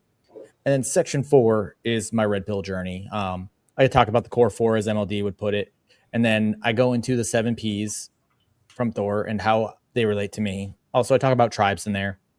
Plus a little bonus feature in there. Each major section or subsection has song quotes in there. So at the very end in the reference page, there's a bibliography for the soundtrack of this book. So do you have a course in there for all the farmers and that want to do well with women and all that sort of stuff? Oh no, this is where I'm going to probably piss the entire panel off with this book as well. This book is it kind of made me realize what my purpose of life is, which is to I mean, break. I heard the cow pasture stuff, and I just wonder if you'd ever heard, since some of the folks here is, what the old bull. I mean, this is mentor mentee stuff, and based on, the scientific principles of understanding men and women. You understand, everybody out there. You understand that there was the old bull and the young bull, and there was a little bit of a misunderstanding on intersexual dynamics and what was objective love and truth, and what was solipsistic in nature, and what was contextual. And that's the old bull, or the young bull looked up to the old bull who was his mentor. And that's just using this analogy for a red pill space. Is he looked up at him and said, hey, old bull, let's go down there and fuck a cow. And the old bull looked around and goes, son, I don't know you know this very well, but that's not how we do it in the red pill. No, not at all. We understand what this hypothesis is based on. What's that, old bull? You're just old. And he goes, yeah, we could go down there and fuck a cow. But how about this? Let's walk down there and fuck all the cows. And so that was his response from the old bull to the young bull. The old bull knew, why go down there and just fuck one when we could go down there and fuck them all? Girls, if you're listening to this, you know that men do have that understanding of polarity in this movement. And we're going to move it beyond that with these books. And by the way, we're selling books. We're selling books and we're selling the donations. And are we grifting? Hell yeah. I hope I win a Grifty award. I really do. Because the cause that this is going to is immensely important to me in the last phases of my life, in Missy's life. And by the way, at least in California, and I believe federally, I think it's federally now, you can fill out the 109 form, and you can actually make it all tax deductible now. It was a limit of 600, but you can make it all tax deductible. So I'm hoping that folks will choose to do that, if they want to get in on this project, they certainly can. Everybody's aware of how to do it. If you want to write one of the books, there is a method to get in there and do that.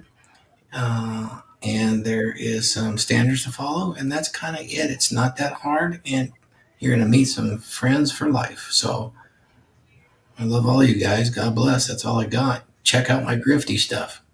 Yeah.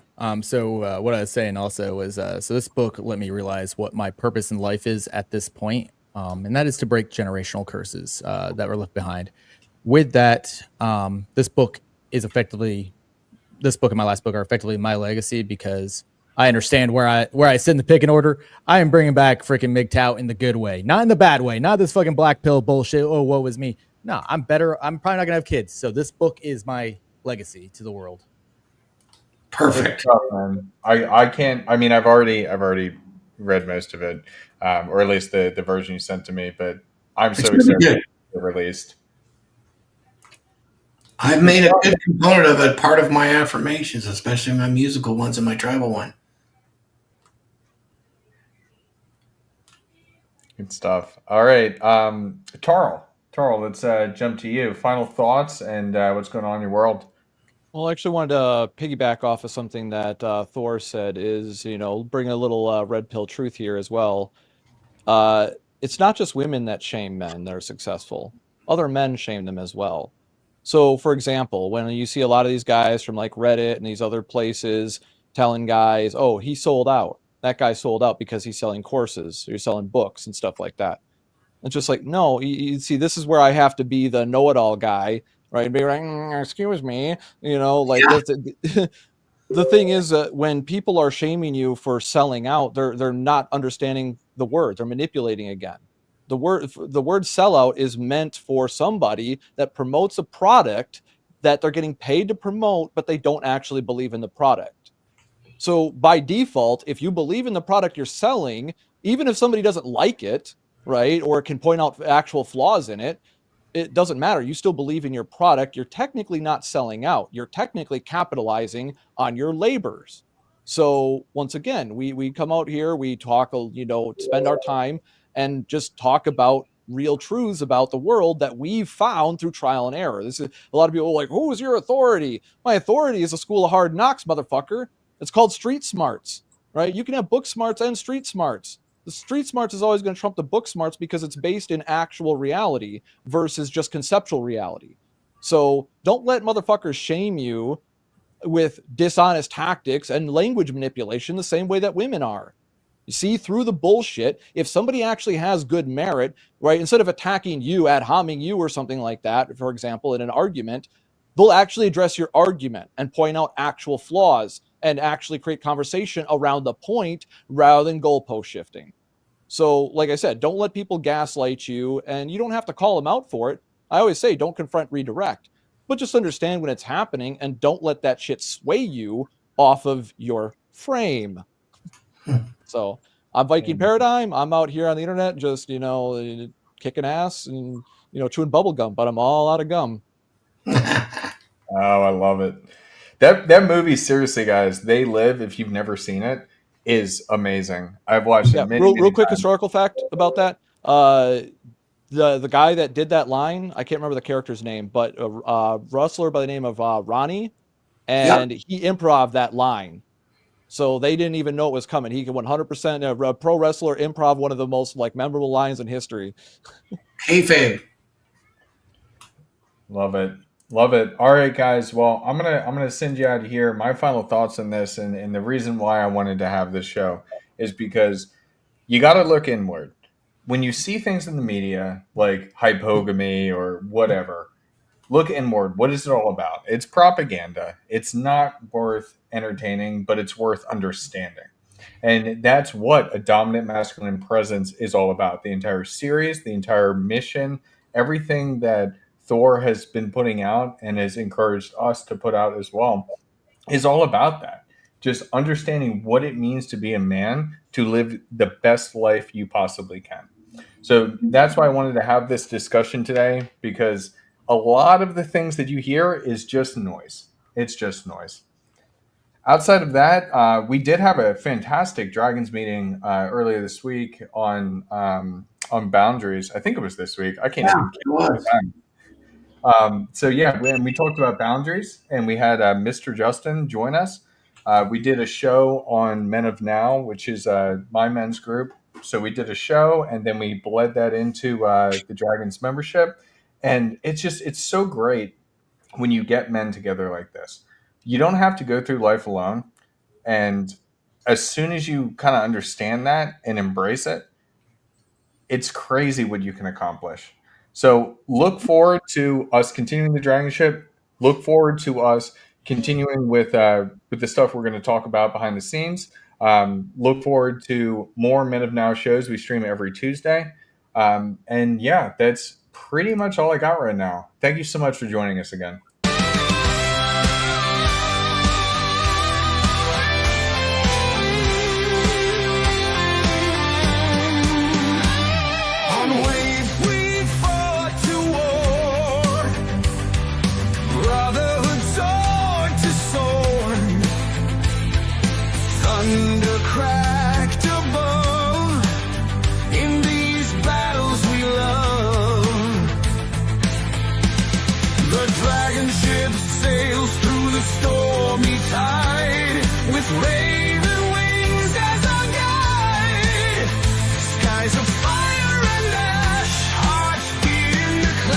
But it's time to rest.